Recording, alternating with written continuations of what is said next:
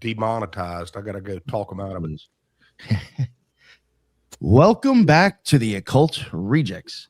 Tonight, we're going into one of the most consequential and still unresolved questions of the modern era.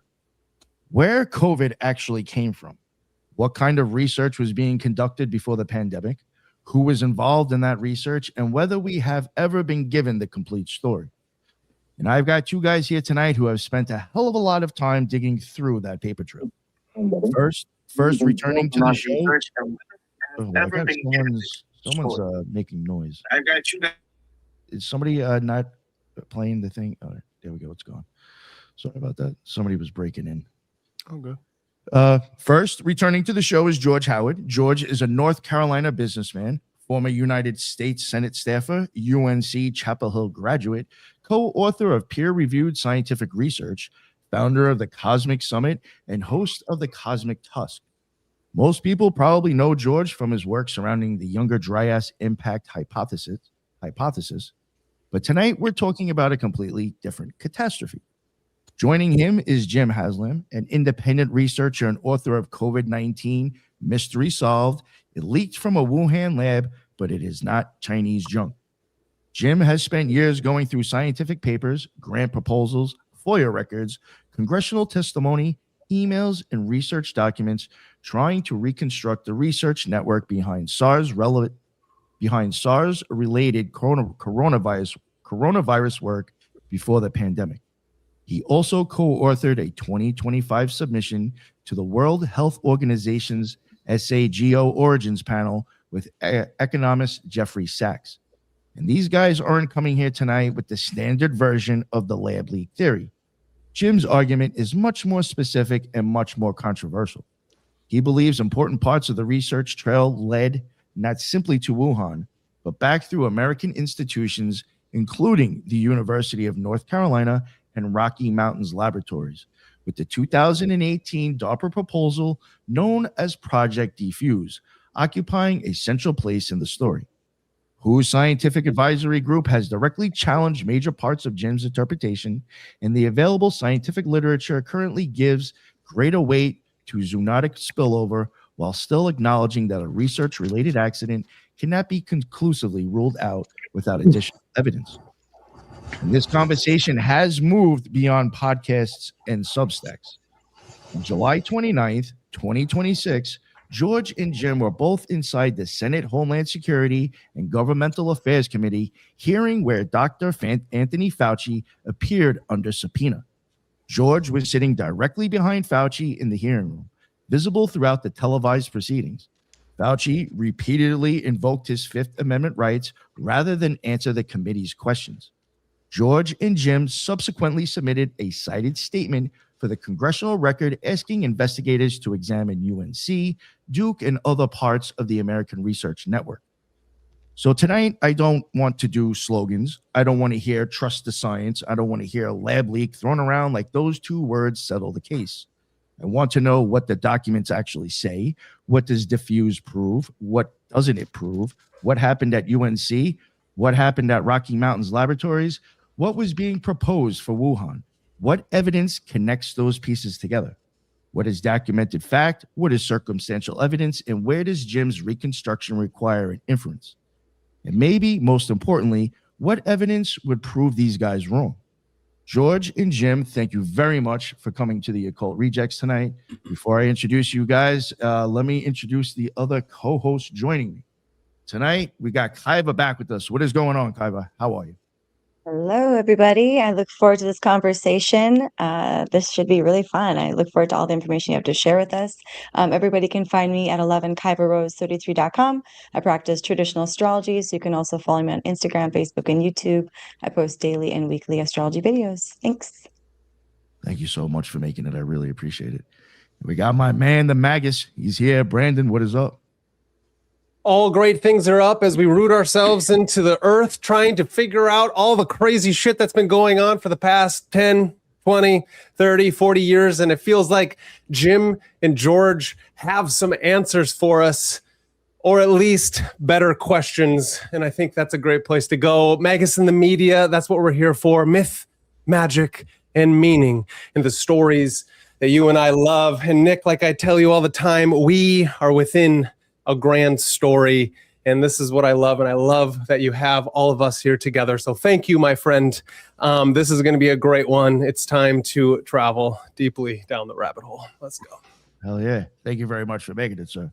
And my boy, Bragg Catalyst Jones, man. Glad to get you on here, sir.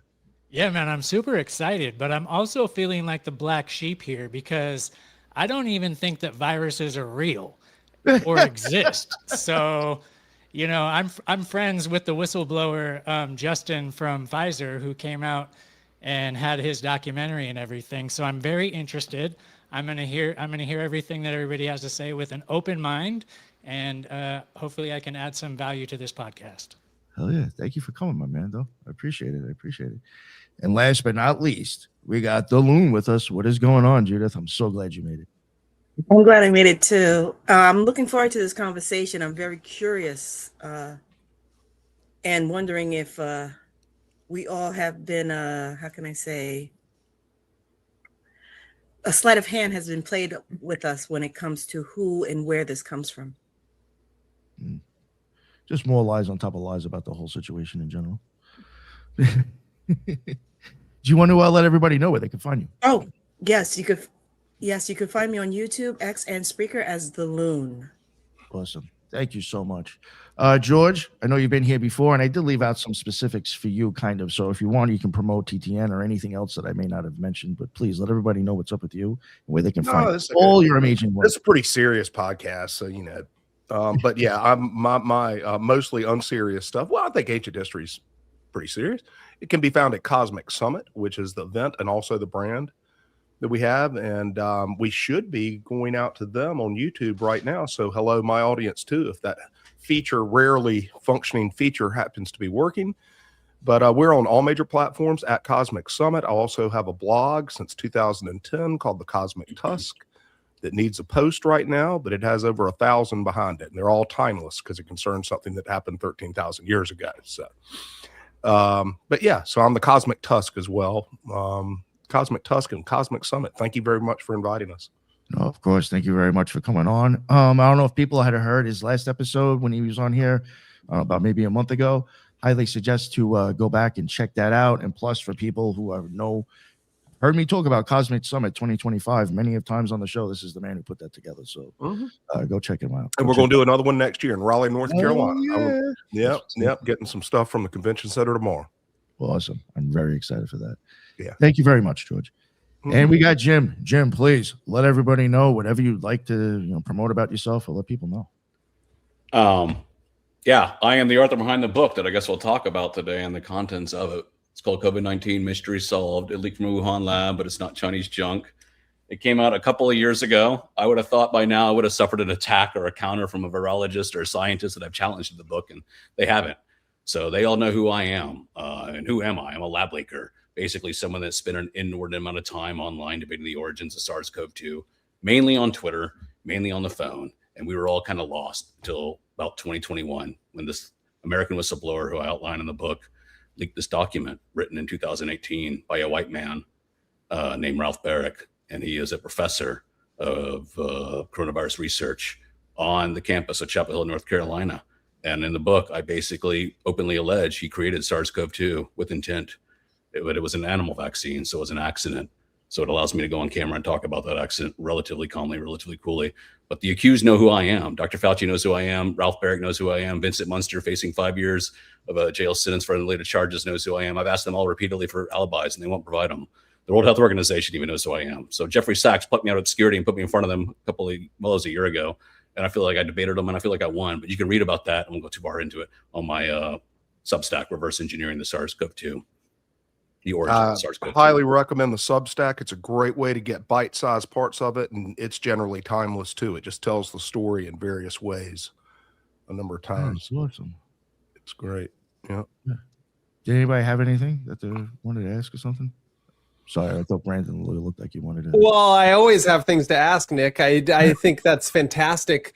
So, I mean, to break right into it, to like the things that you were just talking about, is that the mainstream idea, Well, what is mainstream anymore, I guess, is a good way to start this off with. Is the mainstream trying to still tell us it's some kind of bat virus that came from a wet market? And then from there, we get to the idea that maybe it was Fauci who created these things with his own organization, health organization in the States, and then they outsourced it to the Wuhan labs. And now it seems that you're going into it that there are these other characters that I've actually never heard of, even though I'm like as far down this COVID rabbit hole as can be. So if we could start there, that'd be fantastic, of like the different narratives to where you're going with this.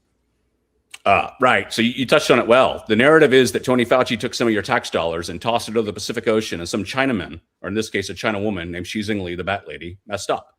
And we won't get to the bottom of it because there's a Chinese lab behind a communist curtain, and the documents are there. They'd all be written in Mandarin, and we couldn't interpret it anyways. And so there's that. So the debate's over. And I'm saying not so quick. So the evidence there, for a lab leak in Wuhan is strong. Don't get me wrong. The main evidence you all need to know about is the town Wuhan is not a random place on the planet. So, but it's not random because of, again, this guy I've already mentioned named Ralph Barrick. In 2018, he wrote a document, more or less, proposing to create SARS-CoV-2 to the U.S. military, to the Department of Defense, to DARPA, it was called. And in 2018, they solicited, this is 2018, it's called COVID-19 because it emerged a year later. But in 2018, DARPA, the Pentagon, solicited bids for the creation of something very similar to SARS-CoV-2. And this guy named Ralph Barrick on the campus of Chapel Hill, North Carolina, submitted a bid along with this guy named Peter Daszak. And y'all probably heard of Peter Daszak. He's the British EcoHealth Alliance guy who's supposedly the bag man between Wuhan and Tony Fauci, which is true. But he's more or less the money man for Ralph Barrick. He is the brains behind this team. So in 2018, they proposed that they would create something very similar to SARS-CoV-2. To be precise, Ralph Barrick said he would create something 25% different from SARS-1. Now, if you're old enough to remember SARS-1, it was from 20 years ago and it emerged from some wet market in Hong Kong. And he said SARS-2, or he said this chimera he was creating would be 25% different, and SARS-2 is 24.7% different. And so he's getting very precise with what he wants to do. He wanted to basically inoculate Chinese bats. Since SARS-1 came from bats, he wanted to vaccinate Chinese bats. That sounds crazy, and it is crazy. Don't get me wrong. But that's precisely what DARPA and the Department of Defense and the Pentagon wanted to do. Your other tax dollars are basically supporting these U.S. military bases up and down the Pacific Rim, all the way from Korea to Japan to Singapore. And SARS-1 was a big deal to them. They shut down all those military bases during that outbreak 20 years ago. And they said, we didn't want to stop that from happening ever again. And so now we know it was a dumb idea, but at the time it was a great idea. In 2018, we'll go out there and vaccinate the source where these nasty pathogens come from. And all viruses come from bats. Ebola, Marburg, MERS, SARS-1, SARS-2, we'll come into what kind of bat it came from. The big example here in America is rabies. You don't think about it, but rabies comes from bats. And the USDA flies choppers and planes overhead of America and drops little treats out the back to vaccinate the raccoons to prevent them from transmitting rabies to Fido the family dog. And the idea was to quit vaccinating the raccoons and just go vaccinate the bat where the rabies came from. And so all the virologists, all the scientists were doing this exact same thing. Peter Daszak, Ralph Barrick, the Pentagon, they're all talking about in 2018. And there's a lot of money in it because it's not easy to do, obviously. There's a lot of technical expertise involved in that. So real quick, and I'll quit my rant here because I don't go too far into the deep end. But when SARS-2 emerged in late 2019, early 2020, the U.S. government turned to Ralph Barrick and they said, is it engineered? And he said, no, absolutely no evidence of engineering, because he engineered it. The guy that the U.S. government turned to, the expert in coronaviruses, who spent his whole life, researching them, playing with them, studying them, was the one that they turned to and asked if it engineered, and he was the one that engineered it. Yeah, wow. Yeah, that's pretty crazy. So the idea that all these things are coming from bats, and then if you could just vaccinate the bats themselves, that'll cure and make sure we don't get any of these things. How deep of that science do you think is real, of this idea that all of these things are coming from bats itself? Is that an actual line that's in the sand where it's the truth and then the rest of it is what gets shady, or what? It's a little gray area, but to be, I guess, exact about it, they have these great little machines, they call them aluminum machines, PCR machines, where they can trace these pathogens back to the source. And bats are not birds; they're mammals like you and me, and they harbor that disease like no other. So if we inject Marburg into one of us, we're dead before the conversation ends. You inject it into the bat, it just kind of winks at you. And so the scientists and virologists were utterly obsessed with these bats, basically, and their ability to harbor pathogens that can kill us. So the idea was to go to the source of the outbreak. So we've all heard of Ebola outbreaks. That comes from bats, and that's in Africa. Well, guess what else is in Africa? U.S. troops. So the idea was to go out there and vaccinate the bats in Africa. And in order to vaccinate a bat, it ain't easy. It's a tiny little creature. You've probably never seen one. If you have, you don't want to be near it. And they're deep in those caves, and they're out yonder, and they come out at night, and they're nocturnal. And so the idea, I'm gonna get deep into the weeds here, but Tony Fauci was really deep into this. In 2014, he was asked more or less by his colleagues, "What are you working on?" And he goes, basically more or less wildlife vaccination. The idea he was pushing it was to create what's called a self-spreading vaccine. It's essentially you inject the virus, we'll call it, into one animal, and then it spreads to the next one, which spreads to the next one, which spreads to the next one through air, through contagion. You are basically inoculating an entire wildlife species by just injecting the serum into one animal, and it now spreads autonomously to the next one. Doesn't that kind of sound like COVID? The way it just spread between us through air? That's precisely what COVID was. It was an animal vaccine. And I'm here to tell you, it doesnn't just end over there in Chapel Hill, North Carolina. It also ends in Hamilton, Montana. That is Tony Fauci's Fort Detrick. It is his biodefense lab. It was his outpost. I mean, this is where COVID was aerosolized. This was where it was turned into an airborne agent. They took Ralph Barick's genome, they turned it into an airborne agent, and then they shipped it off. This is an accident, so we can talk about it, to Wuhan. Now, why is Wuhan historic? It's just a place where everyone knows, because they had the bats. They had access to those bats. That little Chinese horseshoe bat where SARS-1 came from, they had it in the Wuhan Institute of Virology. And, most of the time people want to point the finger at the bat lady, some Asian lady, some Asian man, some CCP guy, some PLA guy. No, I'm here to tell you the patient zero was a white woman. Her name's Danielle Anderson. So she was known as the last and only Westerner in Wuhan. And she left in November of 2019. And she had a cover story. She was working on Ebola. Well, I've looked at her resume. It's 100 pages long, and she's worked on everything except Ebola. She was basically on this top secret document that this Major Joseph Murphy leaked in 2021. And in this 2018 document is her name, Danielle Anderson, right next to Ralph Barick's name. So you got a woman in Wuhan in a 2018 document in a top secret folder right next to Ralph Barick, who said he would create SARS-CoV-2, and he would provide it. His technology is so advanced, he can basically ship these pathogens around the world. It fits in a 1 millimeter tube, it sits on dry ice, and it flies in a box underneath your feet on a plane. That's the way they use these things. They smuggle them, they trace them. It's called an MTA. It's pretty well legit material. One of the players got picked up in the Detroit airport. Y'all may have called Vincent Munster, the well-named Vincent Munster, who was the character out at the Rocky Mountain lab, the government lab. He was bringing in monkeypox from Africa without reporting it, and then lied to the customs agents. And now, he's going to go to jail. And that's after the pandemic. That's after somebody we allege has knowledge of exactly what happened, and they're still so arrogant that they're flying around with things. What about the most recent one, the Las Vegas guy with all the have you heard about that one? All the pathogens that he had? Like, what is that about? I don't want to off topic, but that seems, how common is this that people are just stacking up pathogens to spread, and how many people do that around the world? More than we thought, more than we knew. This kind of brought everyone's attention to the forefront. Like, what are y'all guys up to? And they basically have, an illicit market. We'll call it a gray market. It's hard to regulate these people. It's hard to know what they're up to. Essentially, it's a pathogen. It's a virus. It's icky. It's an icky subject. But I don't know about the guy in Vegas. I knew about the lab, and I thought it was in L.A. That was kind of illicit. But they're all if I could frame it a little bit in terms of who these people are. This guy Ralph Barick is not some rogue scientist. He's the #1 federal research grant recipient at the North Carolina University system, 16 campuses.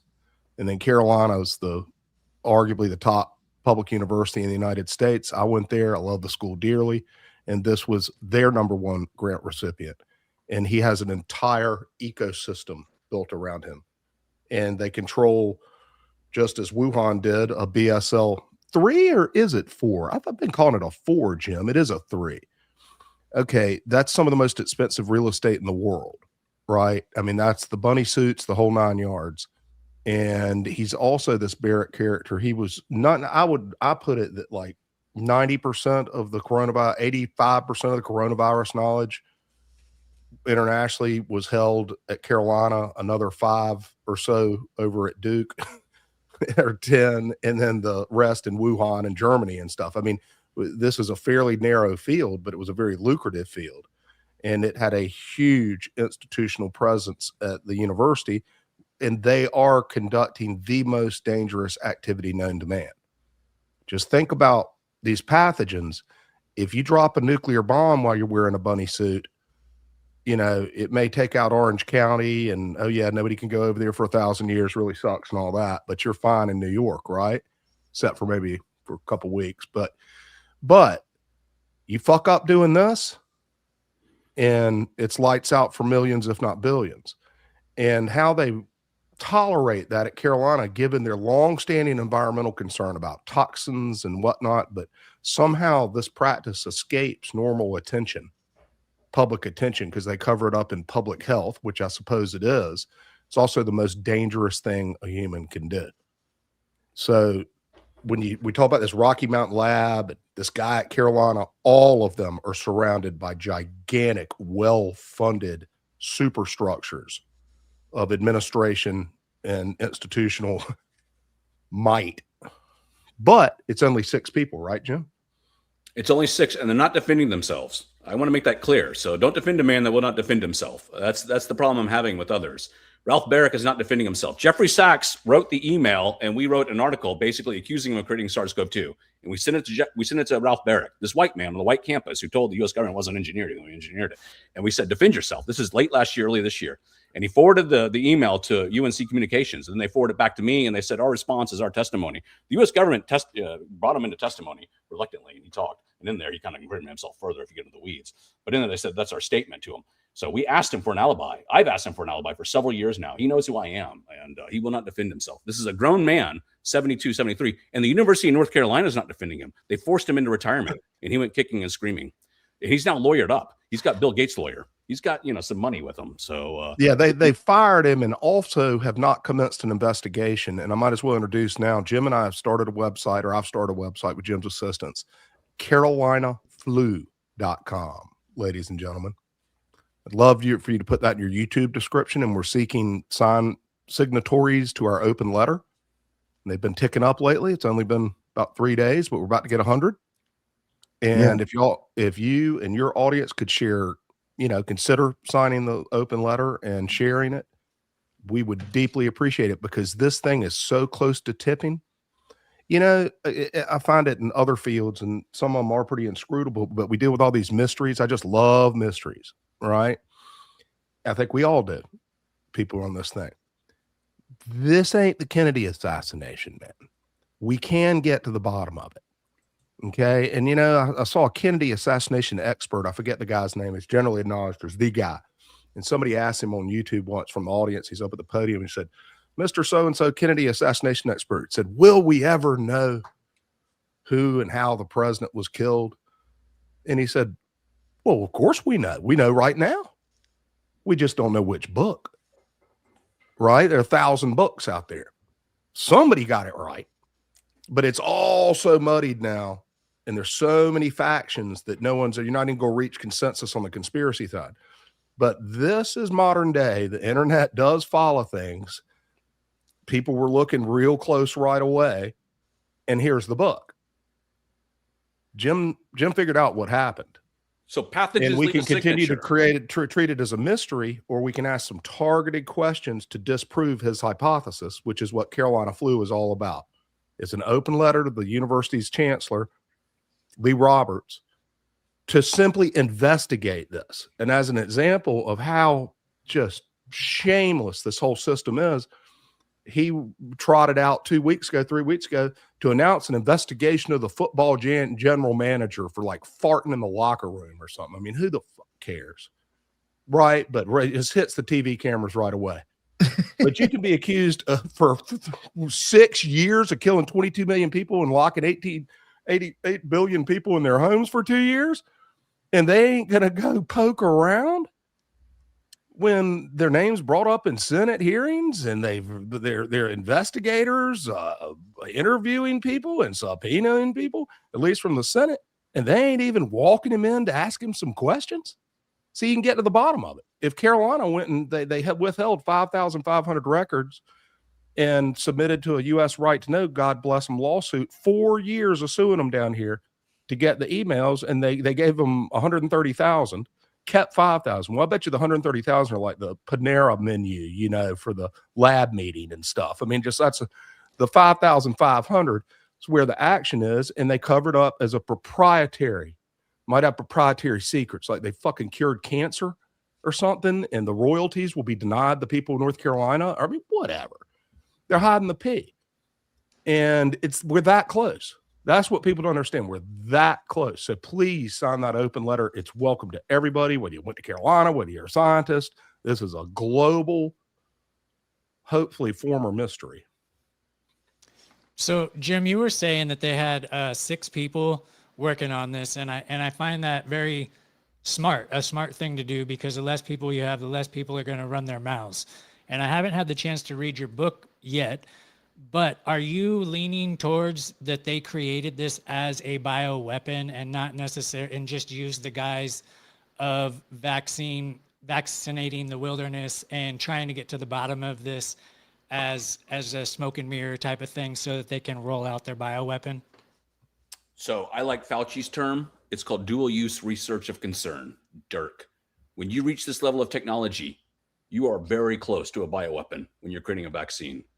It is almost one and the same in the grand scheme of things. So there really is no difference. I really like Fauci's term, dual use research of concern. He was so balls deep into this. He had an acronym for it, DIRC, because he knew what he was doing. When you reach this level of technology, there really is no difference between the bioweapon or the vaccine. They can be used the same way. So Ralph Barrick has written, the guy that created this thing, has written a pretty creepy paper on bioweapon research. You can go read it in there. And he basically has a creepy way of thinking that his technology is so advanced, so good, it can be used as a bioweapon in essence. So, but in this case, for me to be able to go on camera and write a book and not suffer repercussions from it, I have to basically tell you what it was, an animal vaccine, which could be used as a bioweapon. And there were only 6 people on it, more or less. Ralph Barrick, Vincent Munster, Tony Fauci, Daniel Anderson, Linfa Wong, and Peter Daszak, because it was just an R&D project, basically. It was an academic science fair experiment, so I really called it at the very end. But I don't get too long-winded here, Brad. But yes, I mean, you basically that's what podcasts are all about. That's what you are dealing with, people that can create a bioweapon. And if you want to call it that, I don't really have a problem with that. I just really like Fauci's term, dual use research of concern. Yeah, because then it can encapsulate a lot of different things at once. And then it's also legally, it's not like you're going to tell people like, oh, this is going to help cure rabies and SARS 1 and 2. And it actually may kill millions of people. And then we're going to actually blame it on something else because we don't want you to know that we were involved with it, Right. And there's no CCP or PLA or any of that nefarious stuff going on in Wuhan. It's a dork town. It's an academic town. There is none. Everyone's looked into it. And all those little stories you heard were basically Beijing scientists, which is at least 500 miles away from Wuhan. So Wuhan was basically an academic town where they invited in the white man, Ralph Barrick. He's in there in 2018 taking a picture with all of them and saying, we'll open our doors to our bat caves and our bat samples to you, Mr. Ralph Barrick, because you're the expert in coronaviruses. You're going to come in here and help us prevent the next SARS-like event. We're going to invite you in to participate in this. And it was an open door invite. And they the people like Ralph Barrick and Daniel Anderson were in there working on the bats and with their pathogens that we now know as SARS-CoV-2. So it was the Chinese, and Wuhan Institute of Virology, invited in the Western scientists to do this kind of research. So they're not like scot-free in the grand scheme of things. But, this thing was cooked up in U.S. labs in 2019. That's where all the evidence led, all the documents led. I think it's more productive to set aside the bioweapon stuff. If you read this book, it's more mundane. It's more banal. And there's another side to it. And believe me, there's a reason a lot of powerful agencies, 3-letter agencies, pay a lot of attention to this stuff. Who knows how it can mutate amongst the bureaucracy and things be used and misused. But I don't think it was developed to infect people. It was developed to infect bats. And it had actually the same features. But isn't that the dual use part of it? Is that when we say things like why they did it is when you get into the conspiracy theory part, but it's that. Yeah, well, if you're running a nuclear reactor and you're making plutonium, you can say that's dual use too, right? But most of them are not being used for that purpose, right? It just means it can be used dangerously. And just to Brandon, just to be frank, it's not as effective force if people run down that, because I could have been there too. I'm there on a lot of stuff that doesn't have answers, and you run to the most nefarious. But never forget, people are greedy for small dollars, right? And they have Occam's razor. They had lost a grant that was very important to them with DARPA, and all they were doing was trying to improve their chances. Stop me if I get anything wrong at all, Jim, but trying to improve their chances of winning another grant. And in order to do so, in order to improve their chances and strengthen their record, they needed to trial it in the actual bats that they intended to infect, ultimately, the Chinese horseshoe bats. Right. So 6 people were in one of them. Now, these are specialized people, for God's sakes. You had Danny Anderson, who actually is credentialed. Well, she was, I think it's important to put, the only Western resident we're aware of in the Wuhan lab. She lived there for 3 years, right, Jim? Off and on. I mean, yeah, she had a key card in a parking space kind of stuff. So then my question is about the woman who is the, patient zero that you're talking about, that I guess I've never heard of. And so I'd like to hear about that, because then how does that get spread to supposedly a lot of people from patient zero? Go ahead, Jim.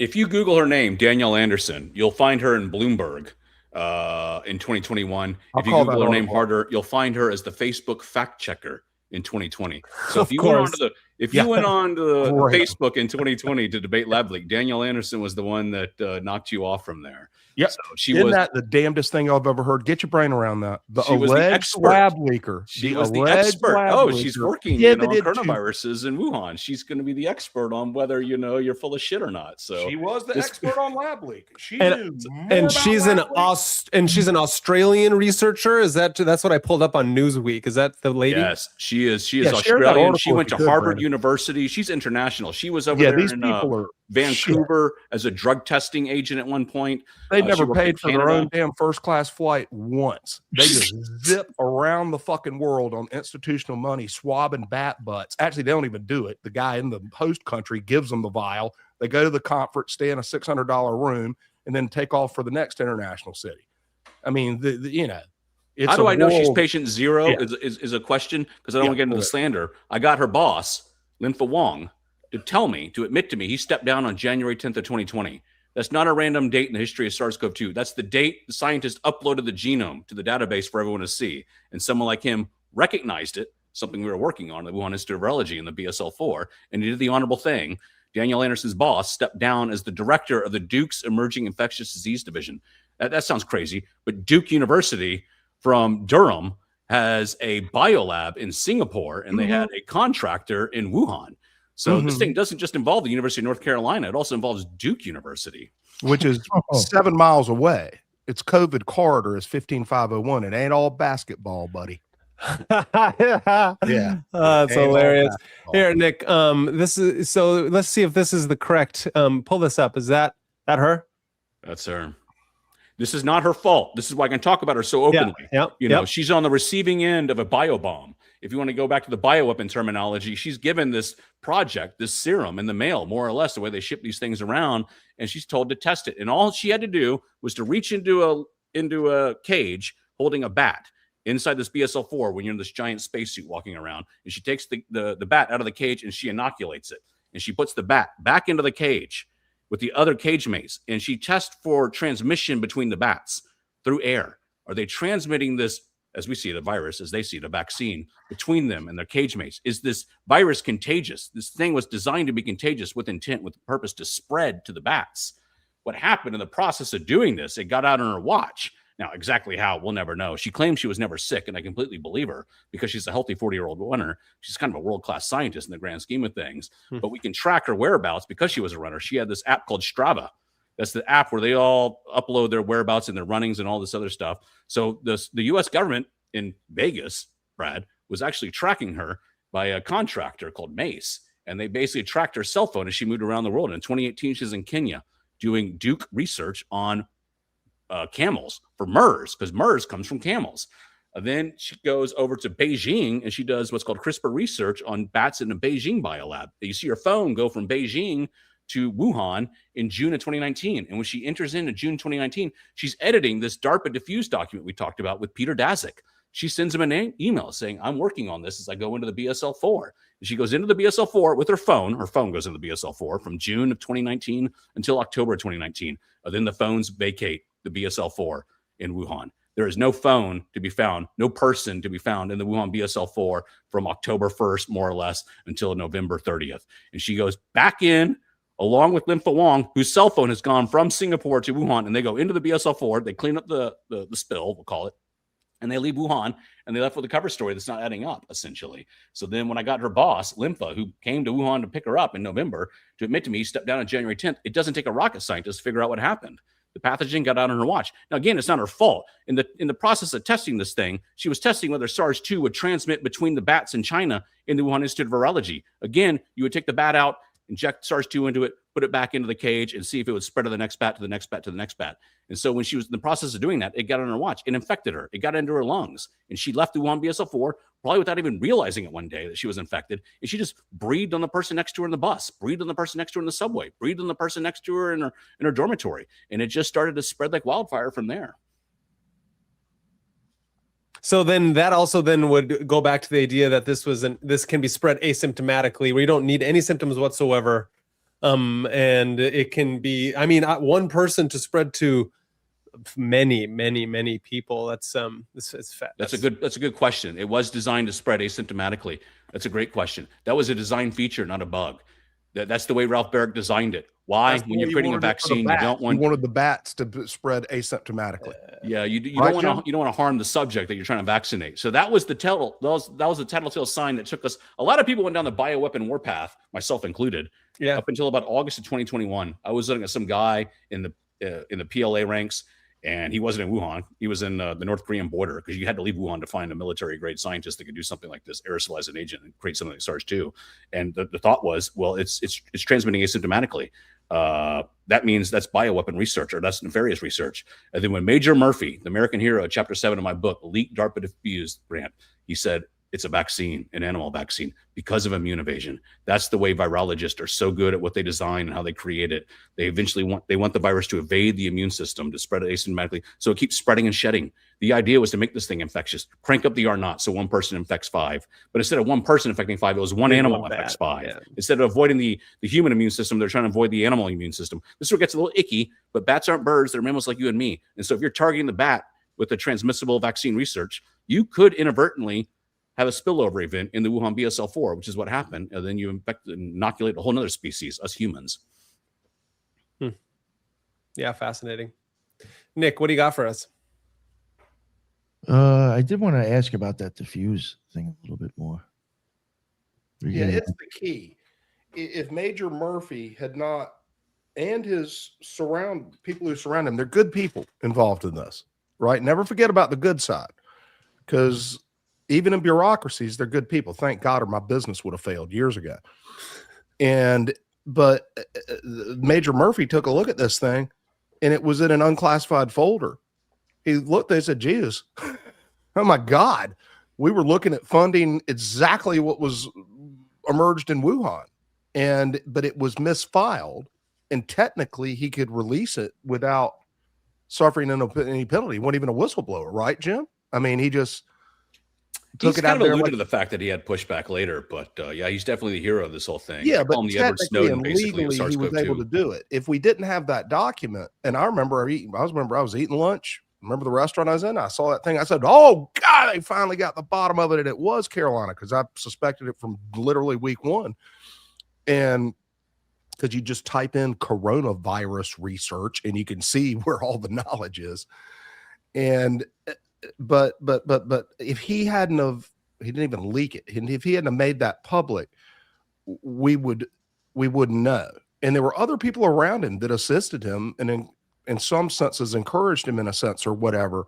I don't know. They're good people out there, and I think there are a lot of them. And the more we talk about the truth, particularly people over at Carolina that need to come through. And we've just added a tip line to carolinaflu.org for people that may want to, share some private information. I guarantee you there are 9 of them that know, that want to say something about it, for every one that's telling them to shut the fuck up. because a lot of people know now, one way or another. They don't know exactly what happened, but they know their bosses are covering this up or having these emergency phone calls or had to burn that document. Or, I mean, there's a lot of that going on. Right, Jim? I mean, like even Fauci might not have known Danny Anderson was allegedly over there. Right. Actually, we do know she's. Yeah. So Fauci's told it's engineered on Friday night, January 31st of 2020. And an 80-year-old man was up until 3 a.m. covering his tracks. And a lot of people, myself included at the time, were, what's up with that? You know, I mean, are you covering your own ass or are you covering China's ass? Because either way, it doesn't look good. And it never made sense why an 80-year-old man's up until 3 a.m. on a Friday night in January 2020, before most of us even knew of a town named Wuhan. He was basically told it's engineered and he's covering his tracks. And the prevailing theory narrative was, pushed by the U.S. Congress, more or less, was that Fauci had funded research. He'd taken your tax dollars and pushed it over the Pacific, and that China messed up. And I'm here to tell you, it's biologically impossible for any Chinese scientist in the Wuhan Institute of Virology or any Chinese animal in the Wuhan wet market or anyone or anything in all of China to have created SARS-CoV-2. I want to emphasize the word biologically impossible. Impossible. How do I know? I'll go to my little ender here. So real quick. There's 5,000 mammals on the planet. We're one of them. And out of the 5,000 species on this planet, there's only 5 that COVID-19, SARS-CoV-2 efficiently transmits through. When I mean efficiently transmits through, it infects another one. So if you go out there and infect a raccoon dog in a Wuhan wet market, it doesn't infect another raccoon dog. If you go out there and infect the humanized mouse in the Wuhan Institute of Virology, it doesn't infect another humanized mouse.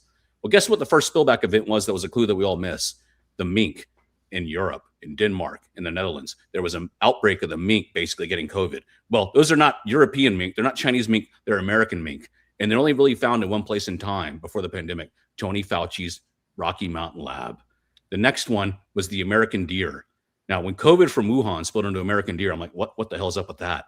And guess where else you find them? Tony Fauci's Rocky Mountain lab. Guess what American scientists use American deer for? To model, develop, and create self-spreading vaccines. You go out there and you inoculate Bambi, and Bambi runs out there into the woods, and Bambi breathes on the next Bambi, which breathes on the next Bambi. In this case, they would target tuberculosis, TB. But in this case, that was a clue that we all missed that took me a little while to figure out. What the hell is COVID from Wuhan doing in American deer? It doesn't affect European deer. It doesn't affect Chinese deer. It only affects American deer. There's 3 others. The American deer mouse, it's this tiny little rat up and down the Rocky Mountains. Rocky Mountain Lab is where else you found them. Tony Fauci's BSL-4. The 5th one, the Syrian hamster, or the 4th one's the Syrian hamster. The 5th one is called the Egyptian fruit bat. That's how I know that this thing was cooked up by Vincent Munster in Tony Fauci's biodefense lab in Hamilton, Montana, along with Ralph Barrick. That the Egyptian fruit bat is the American lab rat for creating these things. You don't find Egyptian fruit bats in China. You only find them really in Western biolabs. And the Egyptian fruit bat it's not the Chinese bat, it's the Egyptian fruit bat, is found in Tony Fauci's biodefense lab in Hamilton, Montana, and in 2 other places that have released the results to me, one in Germany and the other one at the CDC in Atlanta. So Jim, would you kind of the kicker? I've been telling that same story. I'm sorry. I got to learn more from Jim too. Would you consider those analogous, or would they be the reservoir host of, because you hear a lot about, we have not found the reservoir host. Yeah, the reservoir host has been found. It's been found in Fauci's biodefense lab in Montana. That's the crazy thing. By virtue of the 5 animals that the virus does what? Works best in? Is that a way to say it as a layman? Transmits onward through. So okay, glad. Sorry guys, but so hopefully it's COVID helping affects you everything. It infects your dog. It infects your cat. It the infects things fish. It transmits best through are basically the lab rats of this business.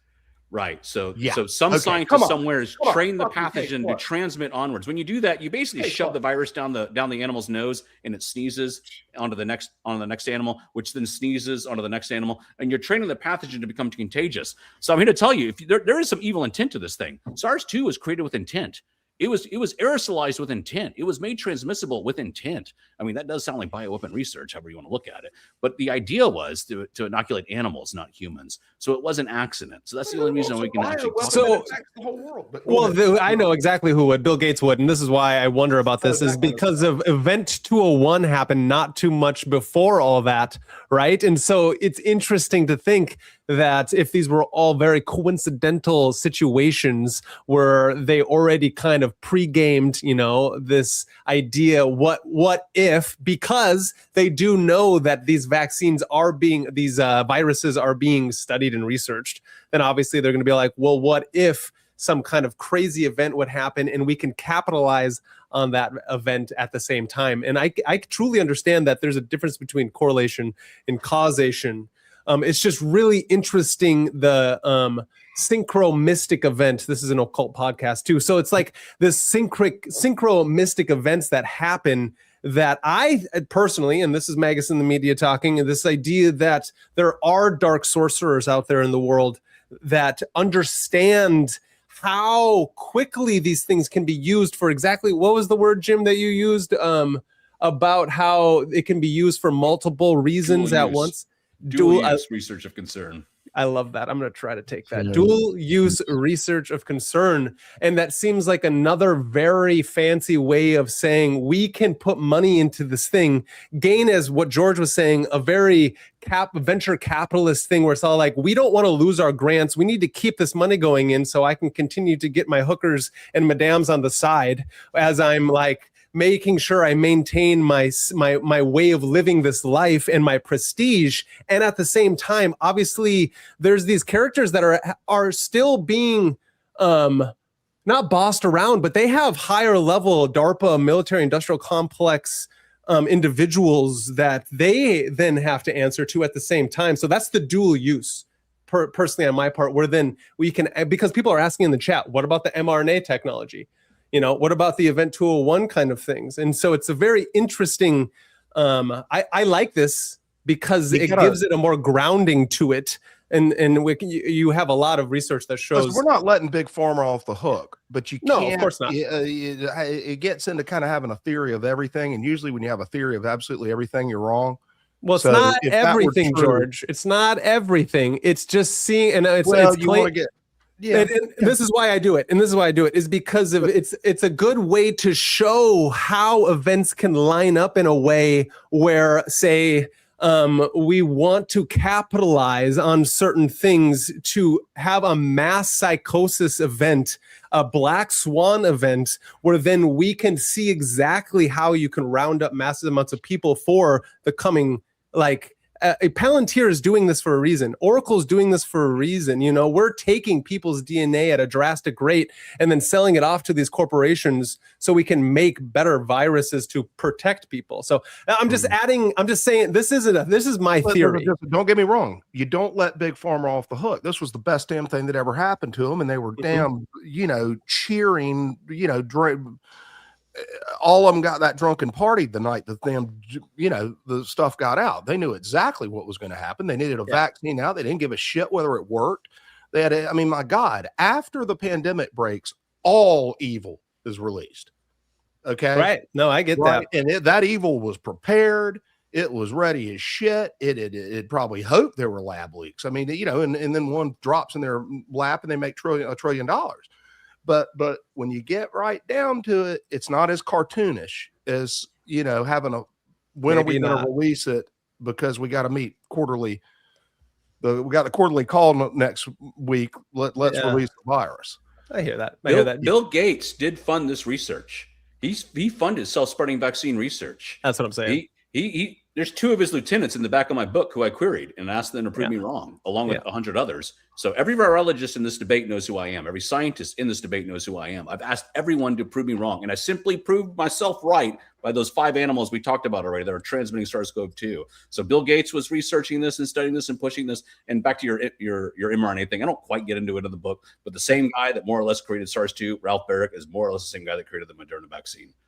So it's one and the same. He was doing research for both sides. And I wanted to jump in here too, because just real quick, the key people, they fear Jim more than they do Rand Paul. Seriously.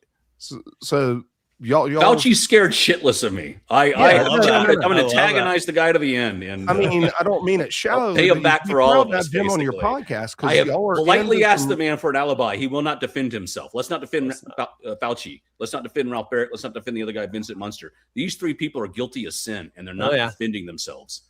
Yeah.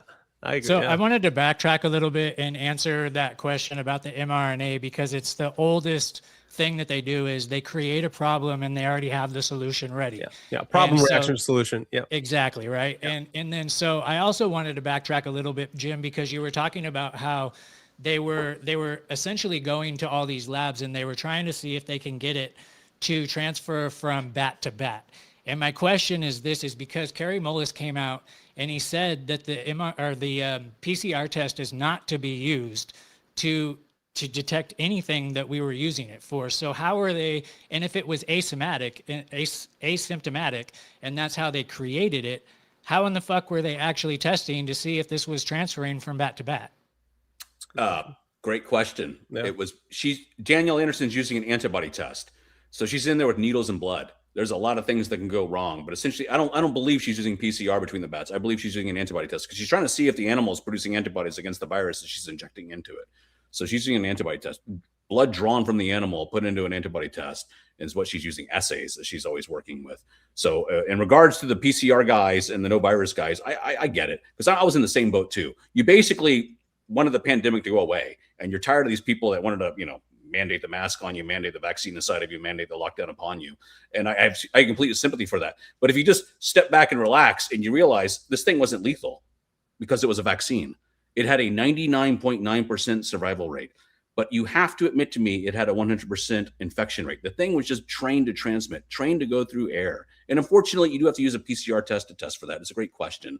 But essentially, my proof of that is when I get into the deep weeds of it, there are tests between deer in American labs where the deer are separated by plexiglass, and one deer infects the other deer by the air that goes over the plexiglass. So one has no antibodies, and the next one does have antibodies because it's infected it through air to the next one. So you don't just use a PCR test to prove an infection. They use antibody test, if that answers the question.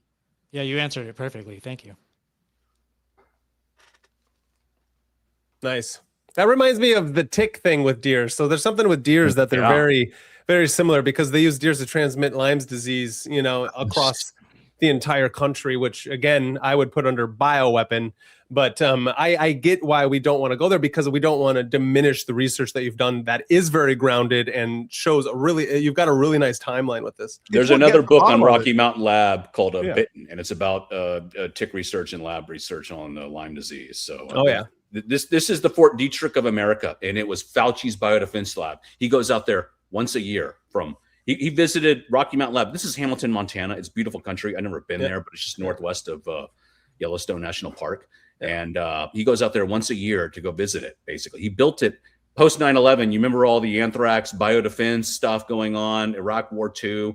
Well, Fauci was, balls deep in that. But all this money came after 9/11 to what was going to be the Department of Defense, and Fauci got his hands on it and says, I'll take that biodefense money and I'll put it in my own purview, NIAID, NIAID. And with all that money, he built several BSL-4 labs. One's down here in Houston, in Galveston, called UTMB. There's another one in now Kansas. They're trying to open up, but there's such a bureaucracy they can't even open it. There's one in Boston. All these big labs are like in these big places, these big cities where these big scientists want to go. But out there in the middle of nowhere is Hamilton, Montana. And out there, basically, no one wants to go. So Fauci would have to staff this place with foreigners. And so when a lot of people come at me like, oh, America created the virus. No, a foreigner in an American lab created the virus. Vincent Munster, who was Ralph Barrick's colleague, a Dutchman, who basically is well known, at least now, because he's staring at a 5-year jail sentence, unrelated charges. I believe he was on a watch list because everything I said and written about him, it's kind of hard to avoid him, basically, if you were deep into this thing. But he Can you give us just a bit of the related? What is the unrelated charge? Smuggling monkeypox back into America from Africa at the beginning of the year. So he very cleverly, he went out to Africa. They got an outbreak. I'm going to be a benevolent scientist. I'm going to show up on the scene and I'm going to give you all some PCR testing. Going back to you, does that thing work? But he didn't use it for the PCR test. He used the empty vials that he brought over there to smuggle back the monkeypox. And he concocted this cover story, basically, that it's just diagnostic tests. It's nothing to see here, Mr. Border Agent. And they basically give them credit. They separated him and his fellow traveler, and they said, what's in there? And their story didn't add up. And so they dug deeper into the weeds. They found out that the guy had basically smuggled it. So whenever you're moving a pathogen legitimately across a border, there's a lot of paperwork. There's a lot of bureaucracy.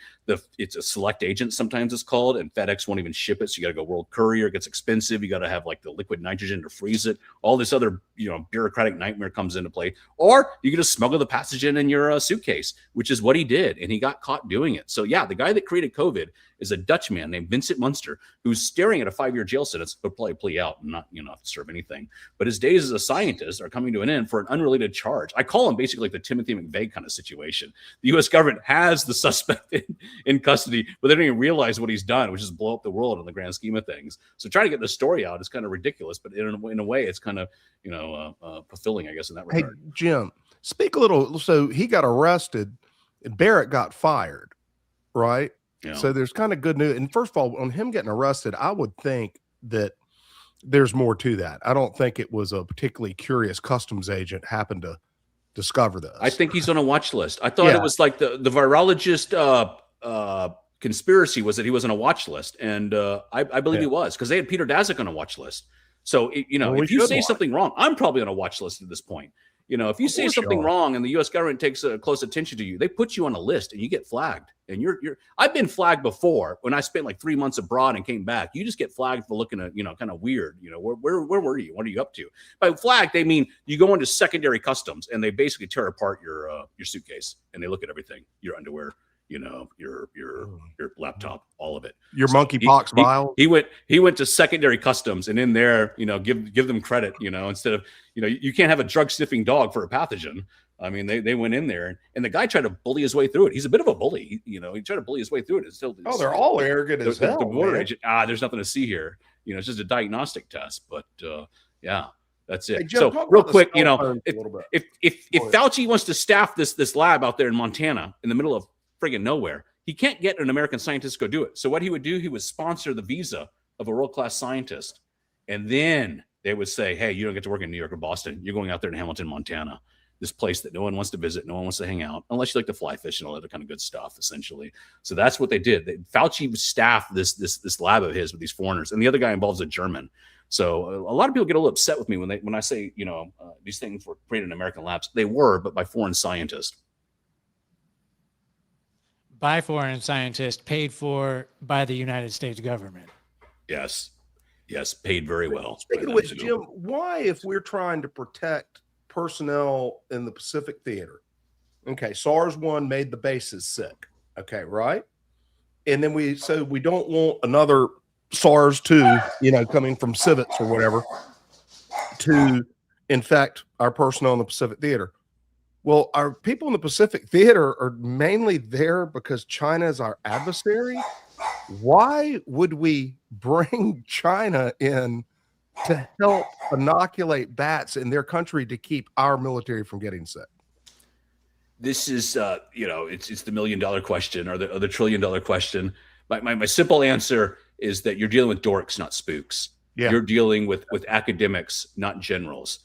You're dealing with people that are just they're so nerdy. It's almost hard to fathom what they are. I mean, they're in there playing with bats, essentially. They're not playing with bombs. There is a lot of overlap between the two. Don't get me wrong. But if you think about this thing from a nation state level, you're always going to be confused. That's why I like to think of it from a microscopic level and the 5 to 6 people that are involved in creating this thing. There is a white woman invited by China into their labs to help them preempt these next kind of spillover events that could occur in their own wet markets. It was seen as a good thing, a benevolent thing in their own mind, at least. So it was good intentions, bad outcome. So the spread itself, are you saying it also came from Montana? Because people, I think I got sick in November 2019, like really horribly bad, and I didn't even know what it was. And so you think it just came from China, or do you think it was also started in the United States? Yeah, good question. It was tested in China, but it was developed in Rocky Mountain Lab. It's not easy to understand that, but just think about the needle, basically, that you would inject yourself with if you're taking a vaccine. Those needles are prepackaged and shipped around the world in this case, what they did. So what they did is they developed it in Rocky Mountain Lab, in Fauci's Biodefense Lab in Montana, that had those 5 animals that are only found in one place in time in Fauci's Biodefense Lab in Montana. Then they have access to pretty much everything, every wildlife animal you can find on the planet, except for this Chinese bat. So Fauci and company had to go to Wuhan to test this thing because it's the only place on the planet that had access to those Chinese bats, which was the source of SARS-1. Well, guess what happened after the outbreak? Fauci spent $100 million in COVID relief funds to build a Chinese bat breeding facility in Hamilton, Montana. Damn, man. So instead of Fauci having to go to Wuhan to test it, he can now test it in Hamilton, Montana, because they're going to kidnap the bat from China. They bring it all the way back to Montana, alive and well, and they put it in a cage, and then the bat is going to breed. And then they're going to breed these Chinese bats on U.S. soil now. is the idea. So they don't have to go to Wuhan to go test it in the future. So Fauci, after the pandemic, took some COVID relief funds and built this $100 million bat lab in Hamilton, Montana. I think that's just a tell in a way. After you understand it's a comedy of errors at that point. But yeah, that's what Fauci had them created. The Chinese bat lab is now has been built. You know, now we're in 2026. It's been built. It's a huge facility where you basically put a male and female into a cage and they breed, obviously, and they have an offspring. That's the holy grail of modern science. They want to have this virgin bat that they can play with, in fact, and do whatever they want with. I mean, these bats were the new lab rat. They were the new monkey. Monkeys are expensive. They kick, they bite. They're just not even, really feasible, and mice aren't really that good of a model either for humans, but bats are perfect. This guy, Linfa Wong, who was Daniel Anderson's boss, wanted to use bats to study cardiology, cancer. They live long. They're relatively small. So considering they live 20 to 30 years, it's just like an elephant lifetime, essentially. And going back to what I said earlier, you can inject these bats with the pathogens and the bats don't get sick. And so the idea was Big Pharma was going to use bats for their research. You'll find in the Moderna vaccine patent, that mRNA patent, it mentions bats. It's all about the bats. That is weird. So after the outbreak and everything, we were in the middle of everything, they let him go ahead and create this lab of his for the bats. Please tell me it's decommissioned. It's not happening. Oh, it's built and it is commissioned, and yeah, it's up and running. It took them several years to get it going, but yeah, all that COVID relief money also found its way back into the government and this Rocky Mountain lab of Fauci. Just think of the irony is he's sitting there and going, damn, I know. Started that pandemic because we had to borrow those bats. If we just had our own bats, he was and then he fired up $100 million to do his own bat lab all the way to the bank on this after he had released it because he had to use their bats. So he kind of like mitigated the problem for the future, but like didn't fess up. I mean, Dr. Death. I mean, that's Dr. Fauci's name is Dr. Death. And it's as easy as stating everything that we know from the RFK Jr. book, which is fantastic. And I've read all the way through with all those cliff notes. And it's just one of those things that it's like from atrazine to Ethiopia to now, it's like, so that's my point that I'm getting across is that even though this may have not been created to spread to humans to create a massive outbreak, you also know his track record, and then to not use that as being like, well, if he didn't really care if it did spread to humans, and we realized exactly what we found out at the hearing that you were at, is that he made hundreds of thousands of millions of dollars from these things as it was happening.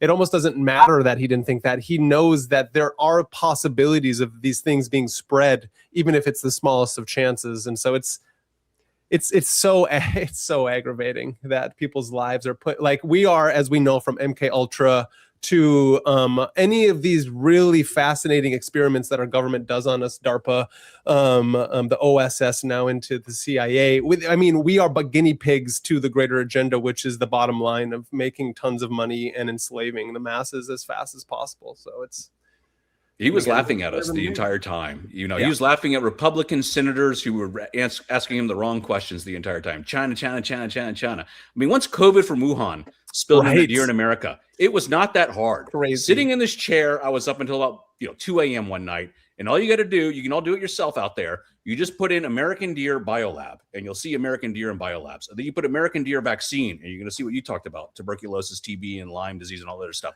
Then you do American Deer Self-Spreading Vaccine. And then you're going to say, oh, shit. Well, there's a clue, isn't it? This thing is spreading like wildfire, and it's also spreading in American deer, not Chinese deer, not a European deer, American deer. And why, the virologist and everyone else in this debate couldn't quite understand that clue was beyond me. I still look back upon it. And there's really only one lab.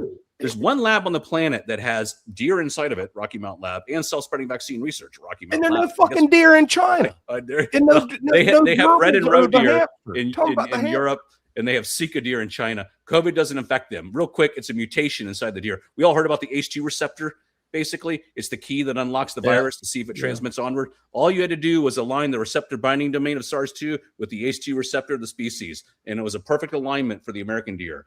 The European deer was like this, and the Asian deer was like this, but it was a perfect alignment for the American deer. And what that tells you is what was going on inside Rocky Mountain Lab. Someone like Vincent Munster or his boss Heinz Feldman, the German, was basically inoculating the deer with this SARS-2 like pathogen, and they were going to see if they could get it to train and transmit through air efficiently, to move through air, to infect one another essentially.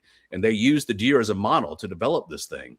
So that was the clue that pretty much everyone missed. Right. You know, They're it was the trying ultimate to riddle. get it to be more transmissible in Yes. those animals. They What wanted would the R naught up there, George. They wanted infection. They wanted transmission. They wanted that R naught, that number to be at least 3 or 4. They wanted one person to infect 3, but not one human, one animal to infect 3, one animal to infect 4.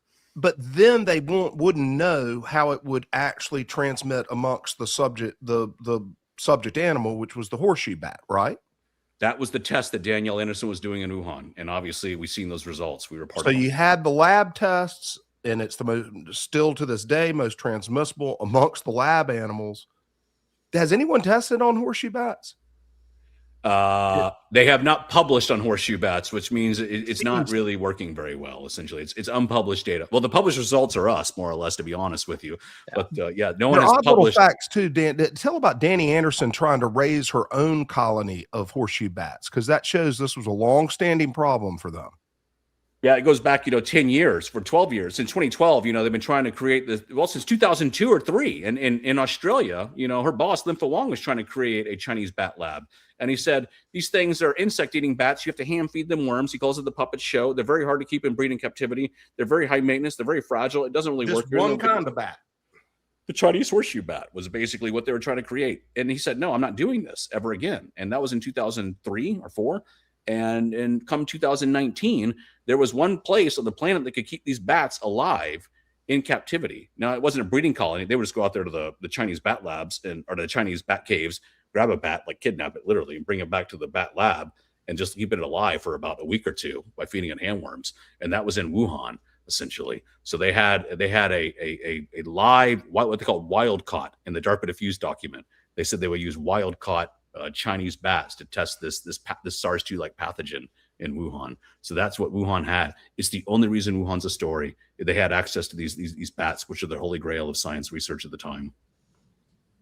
So the greatest, the question I have then is, so if they are not bioweapons, but they can transmit to humans no matter what, so what is the overall? So they want to vaccinate the bats so they don't harm the military bases, but doesn't it ultimately transmit to the people as well? What is because obviously we got it. So what is the plan there? Do they even have a plan? I don't understand. They didn't have a plan. They had a kill switch, but from what I can tell, they didn't really use it very well. They didn't develop it very well. The idea is to have a kill switch that prevents a jumping of species. So you would kind of mutate the virus to prevent it from, jumping into humans. And I've asked Ralph Barrick, did you have one, a kill switch? Did you even design one? And I'm not going to get too far into the weeds. Apparently he did, and it didn't work. But there is idea of a biological kill switch to try and prevent the animal vaccine from spreading in humans, and it just didn't work in this case. So the idea there is DARPA had in the what they call the RFQ, the request for quote, we need a kill switch. If you're going to go with this idea of a self-spreading vaccine, and it was new technology. They were trying it out, and the results failed. But yes, I guess to answer your question, there was an idea to put kill switch into these kind of things, but it just didn't work on this one. Fascinating. So then my question is, I have 2, but I'm going to hit one first. Why not just come out with this information that you're coming out with if it's not actually damning the people? Really, it's just more it's not they're not doing it on purpose to kill people. No. So why not just say we fucked up and we got this lab in the States and this woman transmitted it on accident? I did. That's what I don't understand actually, is what's the point of this running with this big story that they have instead of just using the actual story which you've uncovered? I don't understand. It's the way cover-ups work, and it starts off small. When this thing got out, it's 2019, and none of us have heard of Wuhan. Right. When they covered it up actively, it was January, February of 2020, and we still don't know of a town named Wuhan at that point. So Ralph Barrick, real quick, was the one that covered it up. The guy that created it is the one that covered it up. He went in there and attacked any virologist that claimed it was engineered because he engineered it. He would basically force them to kowtow. He's a 70-year-old man who's been studying coronavirus his whole life. Yeah. He's an intimidating figure. And, he's also a psychopath from what people have told me. I've never met him, others have. So let's not feel sorry for him. I mean, he's a straight up psycho. But he would attack his fellow scientists that actually claimed this thing was engineered. And so he made them toe the company line. And why not come out with it? I mean, you're going to see the results as time goes on. The funding is going to dry up. This is the virology community will probably cease to exist once this story gets out. I can't imagine governments around the world funding virologists, because they're all going to paint them with a broad paintbrush. One of you set out to blow up the world and did it. So the rest of you are going to get defunded as far as we care. So that's mainly the reason. There's a ton of money in this. These people fly first class. They all make 6 figures, 7 figures sometimes. They live, they have the ivory tower, corner office. They are the big. They're all part of Yellowstone Club. That's in right outside of Bozeman at Big Sky. You know what I mean? Yeah. You know how bad this gets. Locally. They've got Bill Gates money. I mean, that's how rich they are. Yeah, that's what I'm saying. I'm here in North Carolina, and again, that's kind of my lane, is to try to bring some accountability, or at least actually just test the hypothesis with them. Barrick, it was already actively speculated, that the Barrick lab had something to do with it. Let's just leave it at that, right? In 2020. And ProPublica is actually ran as very strange that they did this, kind of a center-left thing, but they went out and investigated, one of the few, the only comprehensive investigation of the lab problems at Carolina, and found 22 incidents over 3 years, including 6 after COVID started, people getting bit by mice and stuff. Okay. And then in 2021, the newspaper here in Raleigh, the capital, made Ralph Barrick Tar Heel of the Year. And then the university gave him the highest award, the O. Max Gardner Award. So they feted the man. You talk about a good offense being a good defense, that somebody turned the switches on as soon as the finger started going towards him. They turned up the PR. Somebody, I don't know who the fuck they is, but it's just the way it happened, whether it was the hive mind reacting to the truth by covering him in roses, or whether it was the leadership of the university system going, get Ralph some awards, right? It's creepy, man. I mean, it is archetypal. He was made an absolute hero. And he was very frequent press, or contributed to the press enough, right, Jim? He was no Fauci, but he was involved. And then DARPA Diffuse comes out and he goes quiet. Oh, right? Yeah. Nick asked this question. Can you talk about DARPA Diffuse? I don't really understand. Can you I need to know more about that, if somebody can break that down for me. That's just real quick, and I want Jim to detail it. Think about 2 grant opportunities. One they lose, then they're tuning up for number 2. Take it away, Jim. DARPA, they lost. So, DARPA, that sub-agency within the Pentagon, does crazy stuff like Agent Orange, machine guns, drone warfare, I guess now, all these other things, dual use technology. Create Facebook. Create Palantir. Create Palantir, create Google, allegedly. Google. I mean, all these things you have to be thankful or unthankful for. DARPA apparently has their Jeff Bezos' grandfather was one of the creators of ARPA. So let's just put that out there. Go on. Sorry. Oh, yeah, that is crazy. Trump's uncle stole the Tesla docs. Yep. Hey, listen, I'm with you, Brandon. But on this case, you gotta, pull it back just a little bit, because it's not helpful. I don't mean that personally, but we have a lot of problem. People either run too far with lab leaks or don't go far enough on the U.S. There's a sweet spot where Jim is. Yeah, I love that. Allegedly. Allegedly. All right, tell me about Diffuse. So in 2018, they put out a tweet on this. Basically, they want to inoculate animals that are creating pathogens that are spilling over into their U.S. military bases. There's a 2018 tweet by DARPA in January, February, and March. There's 3 of them, really, basically soliciting bids. They call it a BAA or something like that. I call it an RFQ, request for quote. And essentially, they're going out to the academic world, not just the University of North Carolina, Australia, Europe. Everyone can bid on these things, essentially. And they got $40 million to do it. And it's called DARPA Preempt. That's the name of the project. We have $40 million for 5 teams. We're going to shovel millions of dollars at you. We can go out there and preempt the next spillover event. And so everyone and their mother came out of the woodworks in early 2018, and they started to put together bids. And Peter Daszak And Ralph Barrick and the Bat Lady Xi Li and Linfa Wong put together one bid that cost $14 million. That's a lot of money. And theirs was quite expensive. But when they bid it in 2018, which was the idea that we're going to vaccinate Chinese bats against SARS-like pathogens, they said, we're going to do this with something called a fear and cleavage site. So I don't want to get too far into the weeds, but Ralph Barrick said he would insert this thing called a fear and cleavage site. If you're into the lab leak debate, you know what the biological tattletale is this thing called a fear and cleavage site. So in 2018, Ralph Barrick in English basically types up, I will insert a fear and cleavage site into a bat-like virus, very similar to SARS-2, and I will provide it to the Wuhan Institute of Virology for testing. Now, why did he insert that fear and cleavage site into SARS-2? He was trying to affect bats. So these mammalian bat cells also contain furin, just like human cells. So a lot of people kind of get freaked out by that. Why is that furin cleavage site in there? It's a biological shortcut. He was being lazy, trying to create something that would work and infect and transmit. You put a furin cleavage site in there. What is that? Think about drilling out the firing pin on a semi-automatic weapon and turning it into a fully automatic weapon. You have essentially weaponized the virus, but you're not weaponizing it to infect humans. You're weaponizing it to infect bats. So if you want to get $14 million from DARPA, you got to put the best and brightest on it, and you got to make this fucking thing work. And I'm going to make it work by putting a fear and cleavage site on that damn thing. We're going to grow those damn viruses in culture, and we're going to infect those damn bats in vivo. And it's going to work. I'm going to get the $14 million.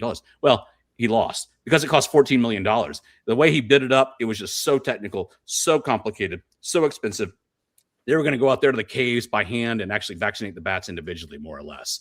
But on the other side was Tony Fauci's lab. He was basically competing against Ralph Barrick at the University of North Carolina. And their technology was what we already talked about. Much cheaper, much easier, transmissible technology. Inject the animal with one dose, and it infects the next one and infects the next one and infects the next one. So Tony Fauci's biodefense lab in Montana won 2 of the 5 projects, essentially, with this transmissible vaccine research. He was kicking ass. Fauci was winning these DARPA projects in Hamilton, Montana, because he's got these foreign scientists working with these airborne agents. They can create a very cheap, effective vaccine. So DARPA said no to Ralph Barrick, and they said yes to Tony Fauci. Well, along comes 2019, and Fauci's got his own project. He calls it CREED.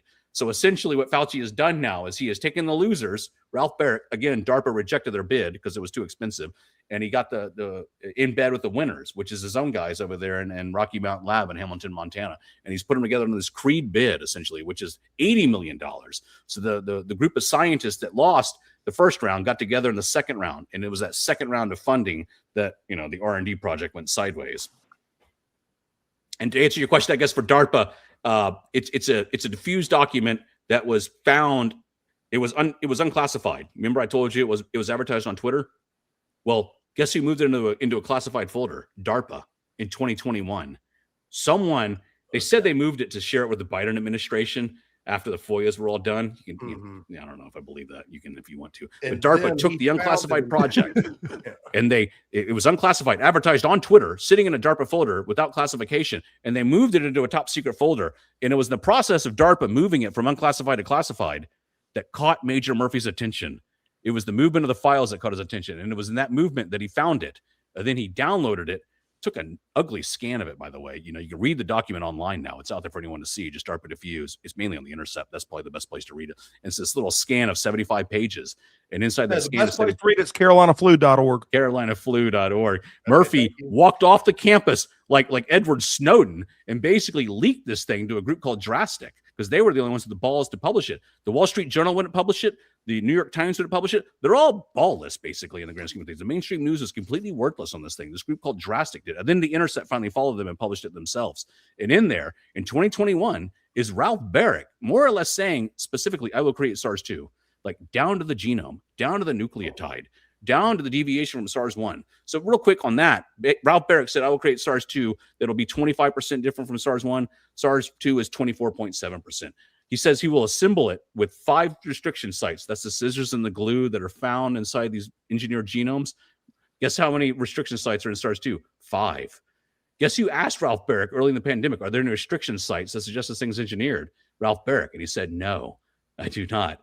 And there's one other thing in there. Inside this DARPA diffuse document, they said they would use Egyptian fruit bats as a surrogate to basically create this animal vaccine. Well, guess what the reservoir host for SARS-2 is? The Egyptian fruit bat. So it's the pre-confession to the crime of creating COVID-19, and it was written in 2018. And the only reason you're hearing it from me now is the media is just scared shitless. Every time they all know who I am. No, it's they all so use the damn same bad. word. Jim and I have 2 op-eds pending back to my North Carolina lane. 2 op-eds pending at the biggest TV station and the biggest newspaper in the state capitol. Neither of them have been acknowledged. This is sending in an article to the public opinion page or whatnot, web or real. And I've done a half dozen of those over the, get fired up about something, write an op-ed, send it to them. They might give you some changes. They acknowledge it. You go back and forth. I've never had one not printed, but I would imagine some people, they say, we're just not interested, blah, blah, blah. Nothing. These are the 2 major news organizations in the state capitol, and they can't even acknowledge it. And this is a well-written, even-handed, evidence-based request that the state's premier institution just answer some questions and investigate this. Mockingbird Media can't answer questions because they're owned by by the DARPA and the CIA, and so it goes back to, it's like, it may sound like conspiracy, but there's something here, and the reason I want to bring this up is this next question is what the hell? So I was in Indonesia in early 2020. I was in Bali, where there's a direct flight from Wuhan in there, and like 200 some small Wuhan Chinese people fly in all the time. The main point of this is that my X account, or Twitter at that time, was getting all kinds of videos from Wuhan and from China of people. And what I come to find out is most likely like all made up, is that people were dying in the streets at that time frame. And so my question, and this is obviously theory, because this is not something you probably wrote in your book, but like, what is that about? Is that how good DARPA and the military industrial complex are at covering up in the book? What do you mean, Brandon? I think I know what it was. It was drunks in the streets passed out, and the kids were coming by and doing videotape of that, and they would upload it to their social media, Weibo or Wabu or whatever it is. I can never pronounce it. There's a Twitter in China, and that's essentially where it went. It went viral from there. It was basically just drunks, like any big city. Wuhan has them, and they were just passed out, shit faced in the grand scheme of things. So that's what we saw. It was just amplified because of the pandemic. Don't get me wrong. When the pandemic started, this thing was a bat vaccine. It was attenuated, weakened for a bat's immune system, which is a lot stronger than our human immune system. So it was a killer out of the box. But as it moved around and transmitted around, it attenuated itself and kind of weakened over time. But yeah, it was a bit of a killer out of the box. And I do believe that was just drunks in the street, basically, that were being videotaped. I don't have a definitive answer. That's the best answer I've come across. What was the gain from trying to pin it on China? Because they had a pretty good propaganda thing going. Like even Donald Trump, every chance that he had, China, it came from China. So yeah, Donald Trump's first administration helped create this thing. If you go into Donald Trump's 2018 biodefense plan, every president points out one. In 2018, guess what the first pathogen is in their biodefense plan? It's like 70 pages itself. It's SARS. SARS-1 is the first pathogen in Donald Trump's 2018 biodefense plan.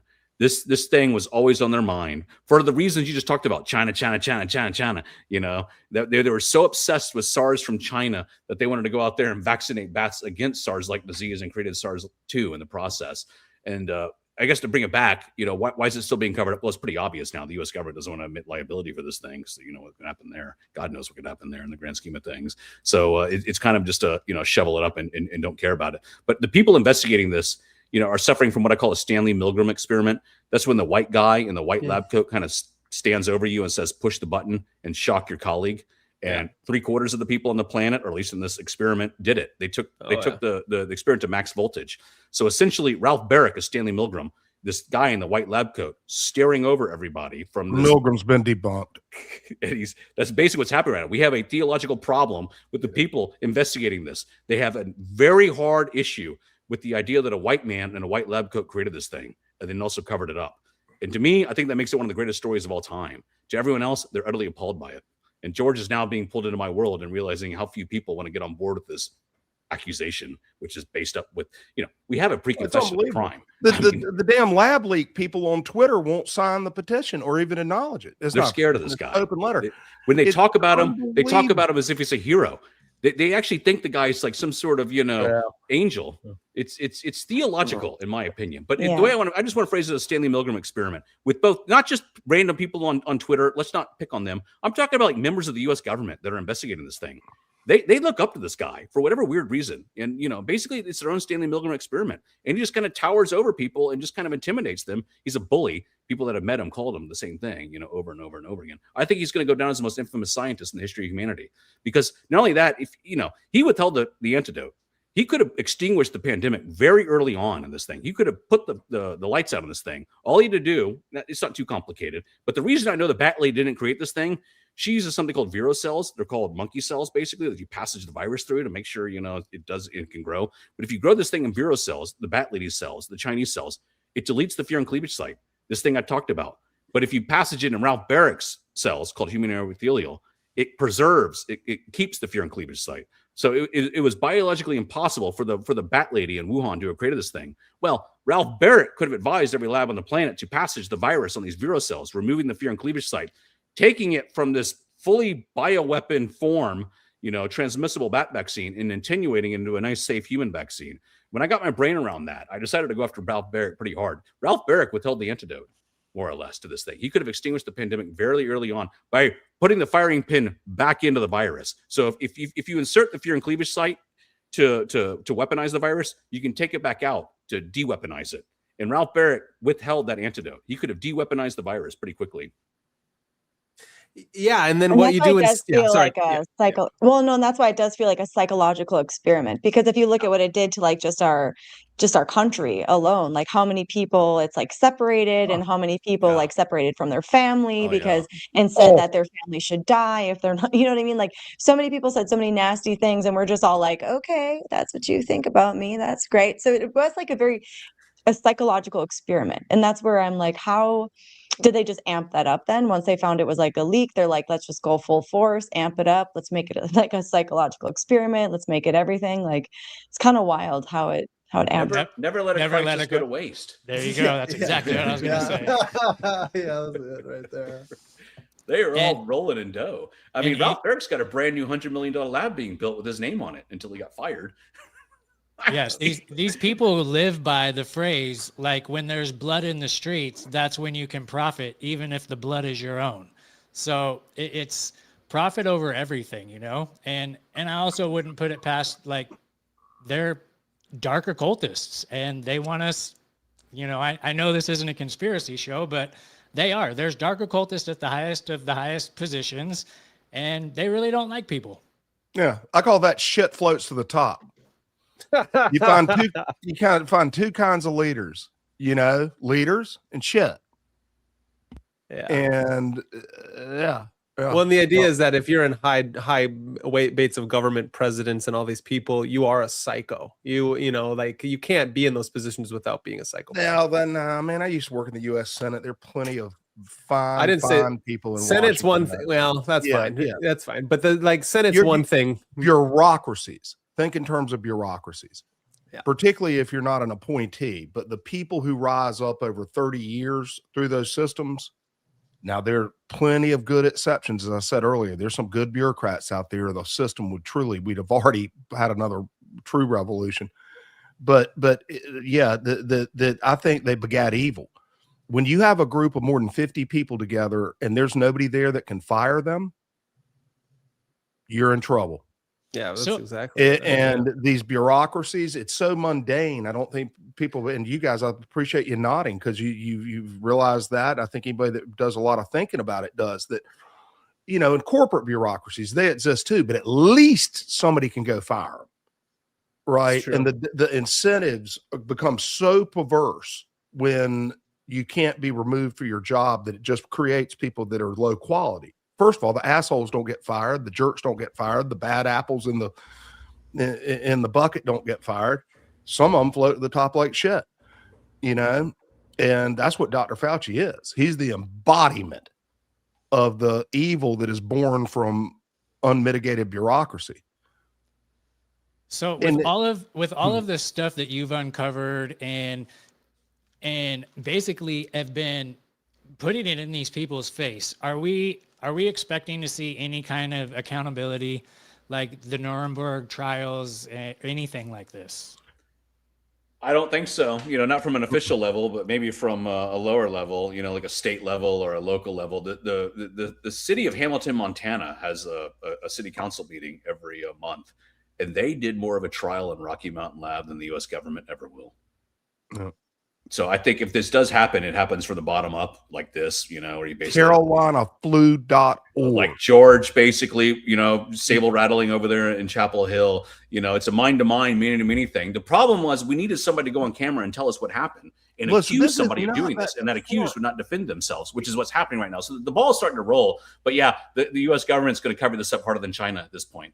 I hate to support the U.S. government because what is it? It's just this cabal of people. Not really. It's just, is it really in your self-interest to dig up, dirt on your own, scientist in the grand scheme of things? No. And it's a bit of a prisoner's dilemma in that regard. So I don't expect a Nuremberg trial. That would be nice. Don't get me wrong. I do. I'll be honest with this. I don't know how vocal I can be. I do think Ralph Barrett needs to kind of self-exit the earth. I genuinely do believe that. There's once I learned he withheld the antidote, I was kind of like, I think that's enough for you. Go through that. That's crazy that he withheld that, to think that because like remdesivir, right? Instead, we put people on remdesivir, which has this nickname, death is near. Of course it is. Yeah. And then the iron lungs once you're on an iron lung, you die, basically. It's like, what the hell? Like, that would be the honorable thing. Really close, guys. Don't get that. That like I said, think of a public institution that has this much attention to it. If you accept the premise that Carolina can prove or disprove our hypothesis, how far are we from them having to prove or disprove it given the evidence? Not that far, man.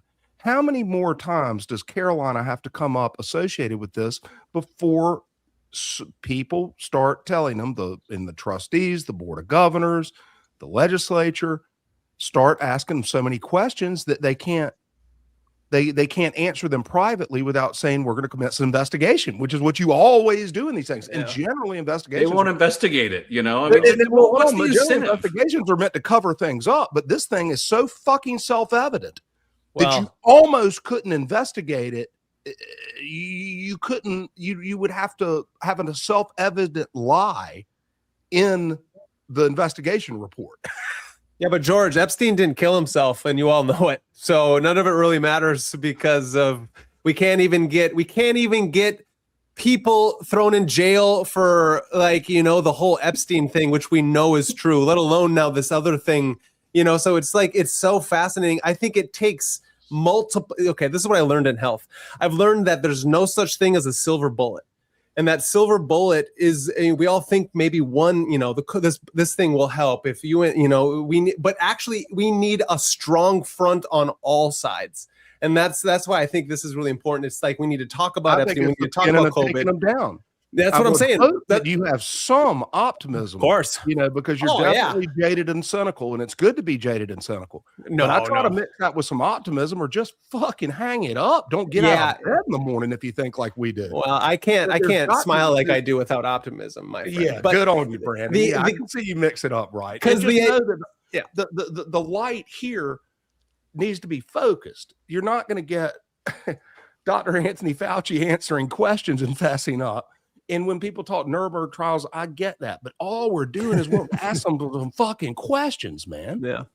I mean, just a briefing. That's all it takes. And on a state level, that's not out of the question. I think this is, I want to add this term to everyone's lexicon, and a few of us already have it. And the term is called an egregore. And I think it's a really important term for this whole discussion, because what we're talking about when we're talking about the bureaucracy, the term bureaucracy itself is almost meaningless without the understanding that behind the bureaucracy is an egregore, an autonomous entity that has this power and force behind it, that no matter who enters into it can be taken over by that power and force. And so the idea that I'm getting at is we need to have our own egregore, our own force behind us that comes at it from multiple angles. This angle that you two are coming at is brilliant and genius because it grounds these things in actual time frame and an actual place where we can pick it up and hold it and say, I mean, look at your book was brilliant. Everything you just said is like, okay, now we have a map. And if we don't have a map, we have nowhere to launch forward to. Again, yes, COVID-19 mystery solved. Because the idea is if we continue to waver in exactly all these different conspiracy theories, which is really great to have them, but now if we can ground this into your work, Jim, and then from there, we can see how this corruption and fraud it takes place not only within COVID, but within Epstein, not only with Epstein, but within Big Pharma. Would shock and the it middle. just keeps going. The non-conspiratorial middle, the soccer moms that had their entire lives disrupted. I mean, there is an issue here that it can tip it and say, look, we were all lied to. It's beyond belief. I think 79% of human beings have presented the accurate information. would at least 30% of those are going to learn something that we're being lied to. It's the way the Nuremberg trial probably started. One person talks, then two people talk, then four people talk. So I mean, ideally there would be one. And I do kind of like, there's a whole nother, not to be, nice to these people, but there was someone else by Alex Berenson. His idea was to give them immunity so they talk. Interesting. Better for UFOs. But they pardoned Fauci and he's not talking. So it's like, point. It's a tough. The idea was to give them immunity, and you have to talk about what happened and explain in detail, so we never do that ever again. And that's in the contract. It's a much more civilized option. It's a way out of the prisoner's dilemma. They're in a prisoner's dilemma right now. Yeah. That's a great idea, actually, because they're not going to get held accountable anyway. So why don't we just go ahead and say, you're not going to get in trouble. Just go ahead and tell us what happened. Yeah. So do you think that Barrett was instructed to withhold the remedy? Great question. I don't think so. I think he's just so embarrassed and so full of himself. He wasn't going to give it up. But he listens to what I say. And he's give the U.S. government credit. They asked him to testify twice. The first time he testified, it didn't go well. The second time he testified, you can go read it. The U.S. government's published both transcripts. In the second testimony, he responded to me. And he claimed the fear and cleavage site attenuated the virus. And that's bullshit. The thing weaponized the virus. So he tried to respond to me. This has really hurt him. What I've done is actually, I think once this happened, UNC said, we're done with you. If this is true that you withheld the antidote, we're done with you, Ralph. And they kicked him out. But he's now trying to defend himself that didn't withhold the antidote. I wish I would have put it in the damn book. But when I finished the book, I turned to my editor. I go, he withheld the antidote. And her eyes looked like firing your number one researcher who's just been disbarred. Well, it only dawned on me after I finished the book. But I can't get into the guy's mind. So I don't know the answer. But he did withhold it, and he didn't know it. So he could have de-weaponized the virus and put out the pandemic very early on by removing that thing we call the fear and cleavage site. And so real quick, your viewers don't even need to buy the book. You just got to flip it over to the back cover. And so the front cover has this thing called RATG13 on the top, and it has SARS-2 on the bottom. And so when the Wuhan Institute of Virology, the Chinese scientists, published this, it lined up with this, SARS-2, 100%. It wraps around to the back cover until you get to the very back in the middle. There's a gap. You see the gap right there? That's RATG13 on the top, and that's SARS-2 on the bottom. Well, guess what the gap is? The fear and cleavage site, what we talked about. And then, this amino acid sequence. It's the only reason we talked about this thing as a pandemic, because it's been weaponized, per se, to infect bats, not humans, but then spillover event and kind of into us. People glaze over with the science. Ralph Barrett could have advised labs worldwide to remove this fear and cleavage site by passing the virus on vero cells. It would have removed this thing and gone back to this, and it would have been inert. It would have made a great vaccine for anyone that wanted it. And that's what happened. He withheld the antidote on that. So that's before you even have to read the book. I can show you it's engineered, because there's a match. You see the match, how it goes along, A, B, B, B, C, C. It's an amino acid match. But you get to the middle, you're like, well, what the fuck is that? That's the fear and cleavage site. The only reason we talk about that pandemic virus is because of that gap right in the middle. And when the Wuhan Institute of Virology, this is how I also know the Chinese didn't do it. When they gave up the natural sequence that made SARS-2 look unnatural, it was given up by the bat lady, the Wuhan Institute of Virology, Xi Zhengli. I think she may go down as one of the bravest women in history.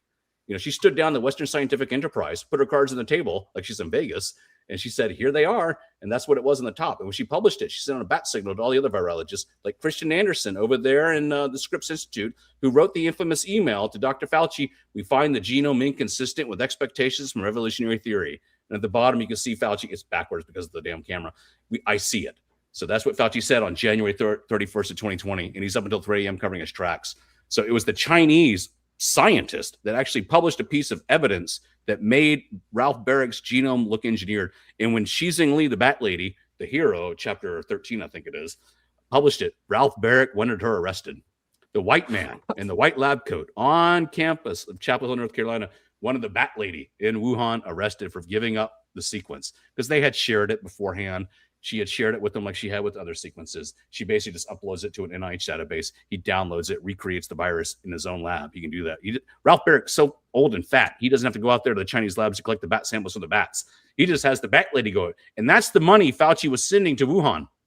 The money that they all talked about going to Wuhan was for the bat lady to go out there and do recon work for Ralph Barrick and to collect samples like RATG13. And she did just that. And she uploaded it to the NIH database in 2018. So they're balls deep into this. And when she republished it in January of 2020, she basically exposed Ralph Barrick's fear and cleavage site. The same fear and cleavage site he proposed in the DARPA Diffuse document to introduce. I will introduce this fear and cleavage site into a sample like RATG13, and I'll provide it back to the bat lady for testing on the samples and the one of the bats and the one is virology. So crazy because I just had a flashback of like Birx and Fauci and Trump and Daley coming out saying like 18 days to stop the spread and whatever it was. As then you're telling me that the whole time they had that exact thing they could do to cure everything. That really rocks people's boats. They really, kind of rips the whole mask off this charade. But yeah, Ralph Barrick had it. I've emailed Birx, and she knows about the theory too. And I've asked everyone on the planet involved in this to prove me wrong, and they can't, they won't, they never will. It's not because I'm smart, it's because I'm right. But we have a pre-confession of the crime. And yeah, Ralph Barrick, this is really going to probably take him down. He would tell the antidote. It really resonated with y'all. I've never seen an audience quite do it that way, but that really pisses people off, obviously. It pissed me off. Of course. If it doesn't piss you off, you're not alive. Infuriating crime against humanity over a lifetime. Yeah. He would tell the then it antidote. makes you wonder like who's behind him or why he did it, because then it makes him suspicious. Like if he wasn't trying to hurt anybody or if it wasn't intentional, like that's what makes him look suspicious. He could have been a hero. Right. When and you been start like, a cover up, antidote. you can't then change your mind. You make those first steps. After you've made first steps and do not fess up, the moment you see that genome, it's over, man. And then you're living a life of hell, and so, I'd almost rather be in prison. At least it's over, right? The walls are closing in over there. Who knows, there ain't no door. There is no door. And how close is it? Hard to tell, but there's no escaping this thing. But it's just a crazy thing that it takes one person out of 8 billion, Jim Haslam. Somebody's going to stay up 16 damn hours a day that's got the right mix of skills across multiple domains and then be an absolutely indefatigable character that cannot be tired by this task he has been given. And one person pops up and figures it out, and that guy's right here. Thank you for putting him on. Yeah, that's fantastic. Yeah, I agree. And thanks, Jim. Yeah, this is great work, Jim. And it's fascinating because it's, again, this term that some Lord Dobbsworth put up there, emergency use authorization, which is then why we couldn't use ivermectin or hydroxychloroquine, interesting enough. And so it's not just one thing that happened, then it's another, and then it's like what you're talking about, George. It's like we can't go back on it, and we just snowballed ourselves forward into we make a bunch of money and be Tar Heel billions of dollars for fucking pharmaceutical companies. And then not even that, you get mass psychosis amongst the entire masses where now you've broken apart the family home where we can, so it's like, even if it's not meant to happen, this is the effects of this fucking madhouse that we all live in. Yeah, it's like a virus even. Was strange. And knowing that you could have stopped it way early on, that's just, to me, is inhumane. It's a human being would not do that to other human beings, and how that man can sleep at night is beyond me. I've never met him, but those that have may more or less say the same thing. He's a psychopath. Yeah, we heard some interesting things in DC. They wouldn't even let us publish it. The story we told or heard, it was he doesn't have any sympathy for this guy. Really, I did in the book. If you go through it, I kind of have sympathy for him. He's a father of 4. He's a kind of a stand-up guy. He seems to be on the up and up. Everything he did was relatively safe. It's a lot more involved in it though when he sends genomes to the Rocky Mountain Lab to get aerosolized. But since I published the book, I've since heard people talk about him both professionally and casually. That no, he's not all there. He's the type that thought the Earth was too populated anyways. Eugenicists, exactly. Yeah. Woo! What do you got for us, Nick? I think I don't know. Has anybody got anything else? I think that's good already. I had a question. Well, I want justice and I want them to be held accountable, but is precautions being put in place to prevent this from happening again? No, that's the big fight I'm having with my fellow lab leakers. They think they can regulate these people. I do not believe you can regulate them. They are too smart, too driven, too in the weeds for any dork to regulate them in DC. And they're deep into a biolab in Rocky Mount Lab or Wuhan, China, or wherever the heck they may be. My thought is that you identify the culprits. And when you identify the culprits, everything falls into place. Defunding mainly, and just complete, annihilation of these BSL-4 labs and probably the BSL-3 labs. But they're still doing it. They're still working on transmissible vaccine research, to answer your great question. Yeah.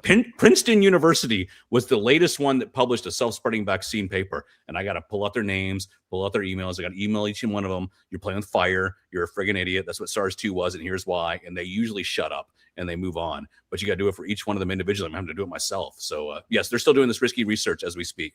Transmissible vaccine research, gain of function as it's typically called.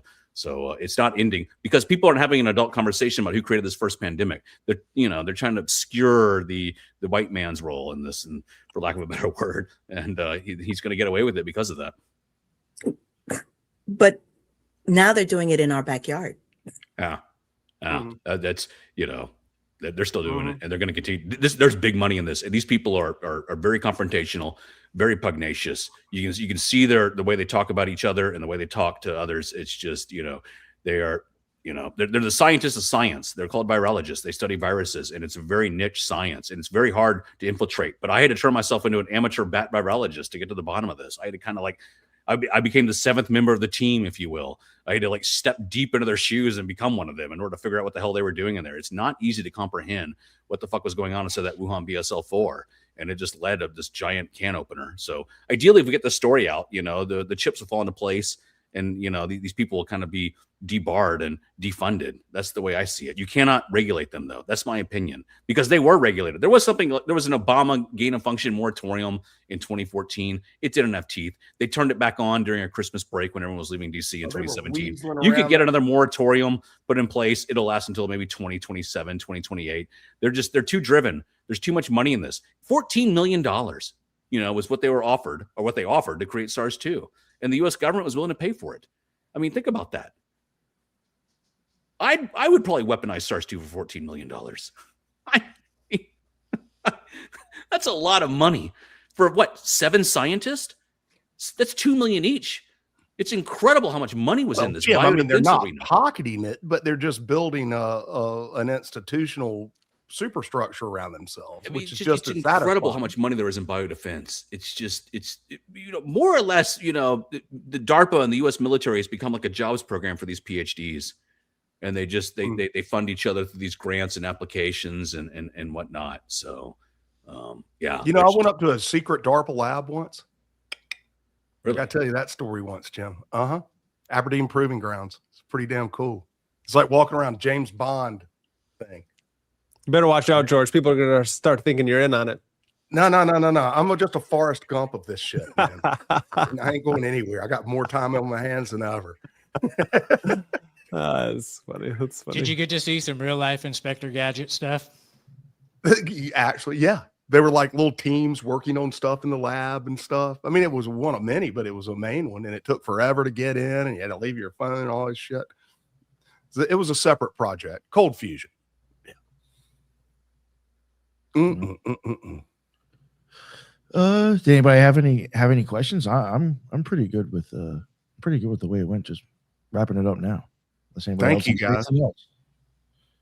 If you've got other people in the podcast community that have shows that would like to have Jim or me, or Jim and me on, and we're just starting this podcast thing. I already had somebody, a perfect one, seemed to get cold feet. I'm going to try to talk them out of it. But podcasts are the way to go, man. Jim had been on enough of them. If we get him on enough podcasts, then he's going to get on Laura Ingraham, and then people will start having it's another front where we can press this. A lot of people are scared of this story. They are truly scared of this, and so I commend y'all for. Well, they want it to be a mystery. Everybody loves a good mystery to the extent that they don't even really want to have to seize on a solution and test it. It was different. I was all excited to hear something different, actually. You know, Yeah. You know? Same with me. Yeah, still just same old shit. Yeah. Well, No. I actually am friends with 2 really big shows, and I can Are get you? you. Yeah, I can get you guys on both of those shows. Glad I also, said so- something. Thank you so much, brother. That means a lot. Thank you. Yeah, Yeah. absolutely. Yeah. So I'll get the ball rolling on that. I can get you guys on Tinfoil Hat and Sean Kelly. So Love it, man. Know both of them. awesome. Jim's a good Okay. one, and I promise I won't even come on the next one. Y'all were already friends, but Jim can talk. I mean, he's a good as a podcaster myself. He's a good guest. I was And really you- impressed. Oh with no, both no, of you yeah, guys. no, he definitely was. John, you can cut him up into clips. You know, we got some killer clips. If you go to Cosmic Summit and look up Jim, you know, because he talks fast. So within that minute and a half, he gets a hell of a lot in, right? Oh no, he definitely dropped. I did not want to become the face of this thing, y'all. No, I you tried to hand this off to professional people. I tried to hand it off to a professional biologist in 2022. He told me to get fucked. I tried to hand it off to a professional writer in 2023, a New York Times bestseller. He listened. He interviewed me for 4 hours and downloaded everything. And he's like, "Yeah, this is a Nobel Prize. I'm gonna go with it." And called me up the next day and said, "No, the wife won't let me."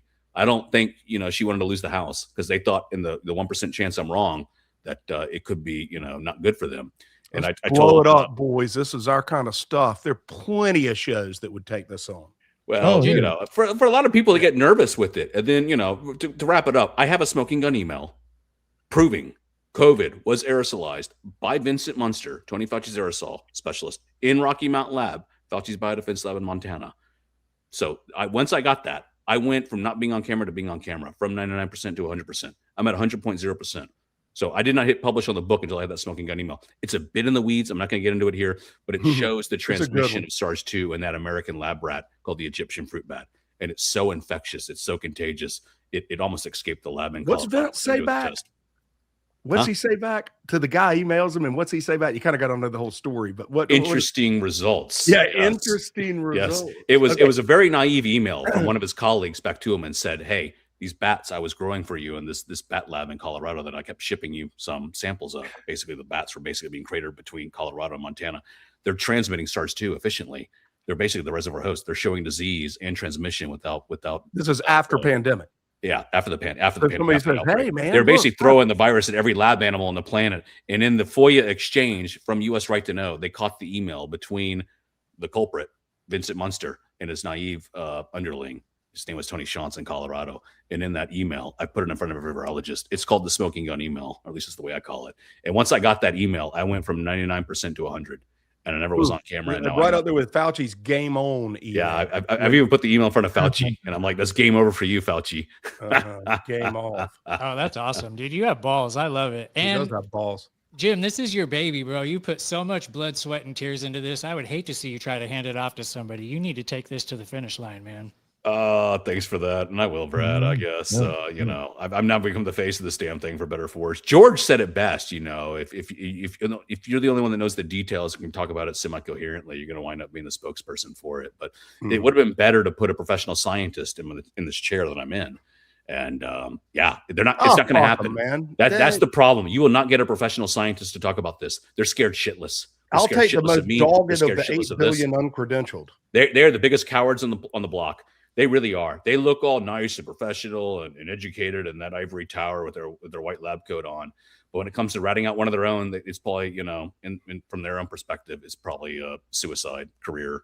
If not, they have to rely on each other for references, for jobs, for postdocs, for all that stuff. And for one of them to come out and do it would be, just career suicide. So, but yes, one of their own did rat them out. It was just unknowingly. It was a naive email. "Hey, man, this SARS-2 thing is transmitting efficiently. These bats I was providing you. What's up with that?" Okay, I've just looked. Not one additional signature during the live stream. So Gotta all refresh. those people out there, you think just Hit that shit. one person will go to carolinaflu.org. I tell you, Right you can now. be It's because they're one- busy listening, George. They're listening. Yeah, They're going to do it yeah, afterwards. I'm not Have getting down faith, on them. I George. gotta be careful with that. I mean, everybody, but you can sign anonymously too. Gotta and have faith. 1/3 of people are signing anonymously. How pitiful is that? We Not got for those people. somebody signed. We got somebody in the chats like they've already signed. Oh, let me refresh. Yeah. Yeah. People are looking for it right now. There you go. It's good to call them out. Go on appoint.org. We got ninja watchers out there. Let's make sure everybody comes out of the darkness and signs this petition. The signature per effect is greater than any damn thing you will ever sign in your life. It was not going to take 10 billion signatures to get Carolina to go, oh shit, man. We need to have an investigation. Nick, you should put it back in the chat, the link. Out of the private. Yeah. Thank you. I don't mean to be a crank, but oh no, I even have it for people listening too. I also have it inside the show notes. Yeah. Okay. Thank you. Okay. And I just signed it while you were talking too. No, it's good that you bring that up, man, because people they get so caught up in listening, like what Brandon said, and so if I don't remind people about certain things that I have going on, they'll be like, "Why did you tell me about it?" I'm like, that's right. So. Yeah, and it's a secure, easy, professional process. We're, reviewing each of the signatures. It was kind of, I don't know, I guess a compliment that when people started putting in Bilbo Baggins and things like that, somebody was in there messing around with it and had to go put in an authorization thing. But probably Fauci, right? No, he wouldn't do that. It's another signature. Yeah, right. They use dead people to vote for them. So yeah, right. That's y'all are great. All right, yeah. So I think we'll just wrap it up here. Thank you, everybody, man. I thought this was an amazing show. I really had a great time. I thought this was really interesting, Jim and George. This was great stuff. Totally different take. I'll let everybody real quick. Just let everybody know where they can find your stuff. Kaiva, please let everybody know what's up with you. Awesome. This was great. Thank you so much. Everybody can find me at 11kaivarose33.com. I'm also on Instagram, Facebook, and YouTube. Thank you. Yeah, thank you very much. And Brandon. Sup, everyone. This was fantastic. Thank you, Jim. Thank you, George. Both. Yeah, this is amazing. Yeah, there's a lot going on out there in the world, and we need to have more voices and to raise the community so that energy can move forward, so we can bring light to the darkness. It's crazy out there, and we got to ground ourselves in some sanity or become more insane than those who are already insane. So tonight, Kaiva and I are doing a show here in probably a half hour. And we're going to be talking about how Amazon is burning books, not just burning them. They're actually taking them, scanning them, and then throwing them away. Rare books in this world. And I think it's leading us more into how everything's going digital and how easy it is going to change things.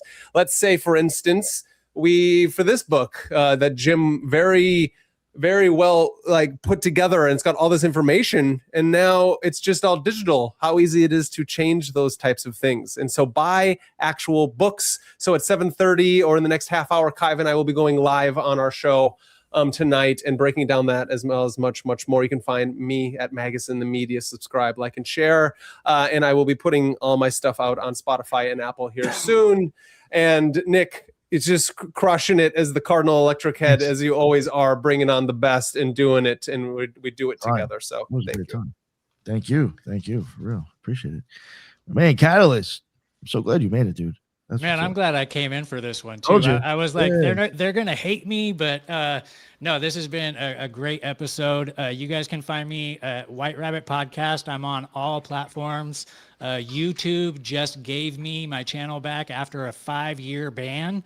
And so please go subscribe to my YouTube channel. I just got it back, And so fresh start over there, but usual suspects, Rumble, Apple, all those places you can find me. Just look up White Rabbit Podcast. I'm also the co-host of Trinity of Truth, and that is live every Wednesday on YouTube as well. And just find me on Instagram. And if you want to get a hold of me, my easiest contact to get a hold of me is catalyst@yahoo.com. Awesome. Thank you so much, sir, for real. I'm really glad you made it. And Judith, please, the Loon, let everybody know what's up with you. Thank you for having me, Jim, George. Thank you for the work you're doing. It's actually wonderful. We need to get the word out on this, and everyone else. You can find me on YouTube, X, and Spreaker as the Loon. Awesome. Thank you so much. And George, please, anything you want to promote, mention real quick? Yeah. Well, I've already pushed really hard, cosmicflu.org, of course. But if you want to kind of follow what we're doing at Cosmic Flu, the best place would be my personal X account now, which is Cosmic Tusk at whatever in the hell it is. I don't know, at Cosmic Tusk. I think George Howard bring it up too. And also my Facebook account is I'm kind of documenting this stuff. And then finally, just all the other stuff I'm into is at Cosmic Summit, all platforms. Thank you very much for having us. Oh, of course. Thank you. Thank you. And Jim, please let everybody know what's up with that book and anything else you want to tell them. Yeah, the book's on Amazon. $20 for the hard copy, 10 for the Kindle. I should lower it, but it's what it is. I'm not going to feel lazy to do that. But the Substack's free. It's Reverse Engineering the Origins of SARS-CoV-2 on Substack. That's where I put out a weekly newsletter, basically. Oh, wow. Of crucifying the people that did this to us. And I get into some gory details in there. And then on Twitter, I'm even more gory there somehow. JHAS5 is where I test out my crazy Jim ideas. has some sharp elbows if you like to see it mix up, man.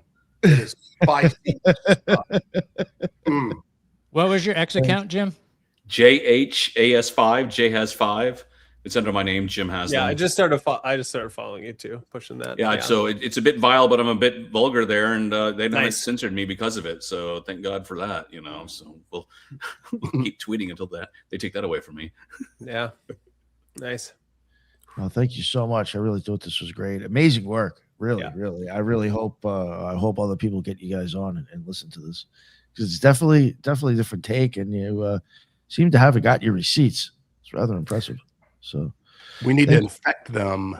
At us asymptomatically. Asymptomatically. Get it moving. Yep. Everybody, thank you here for making the show. I thought it was awesome. Everybody in the chat, that's what's up. Thank you for showing up. Thank you for the questions. Thank you for the comments. That's why we go live.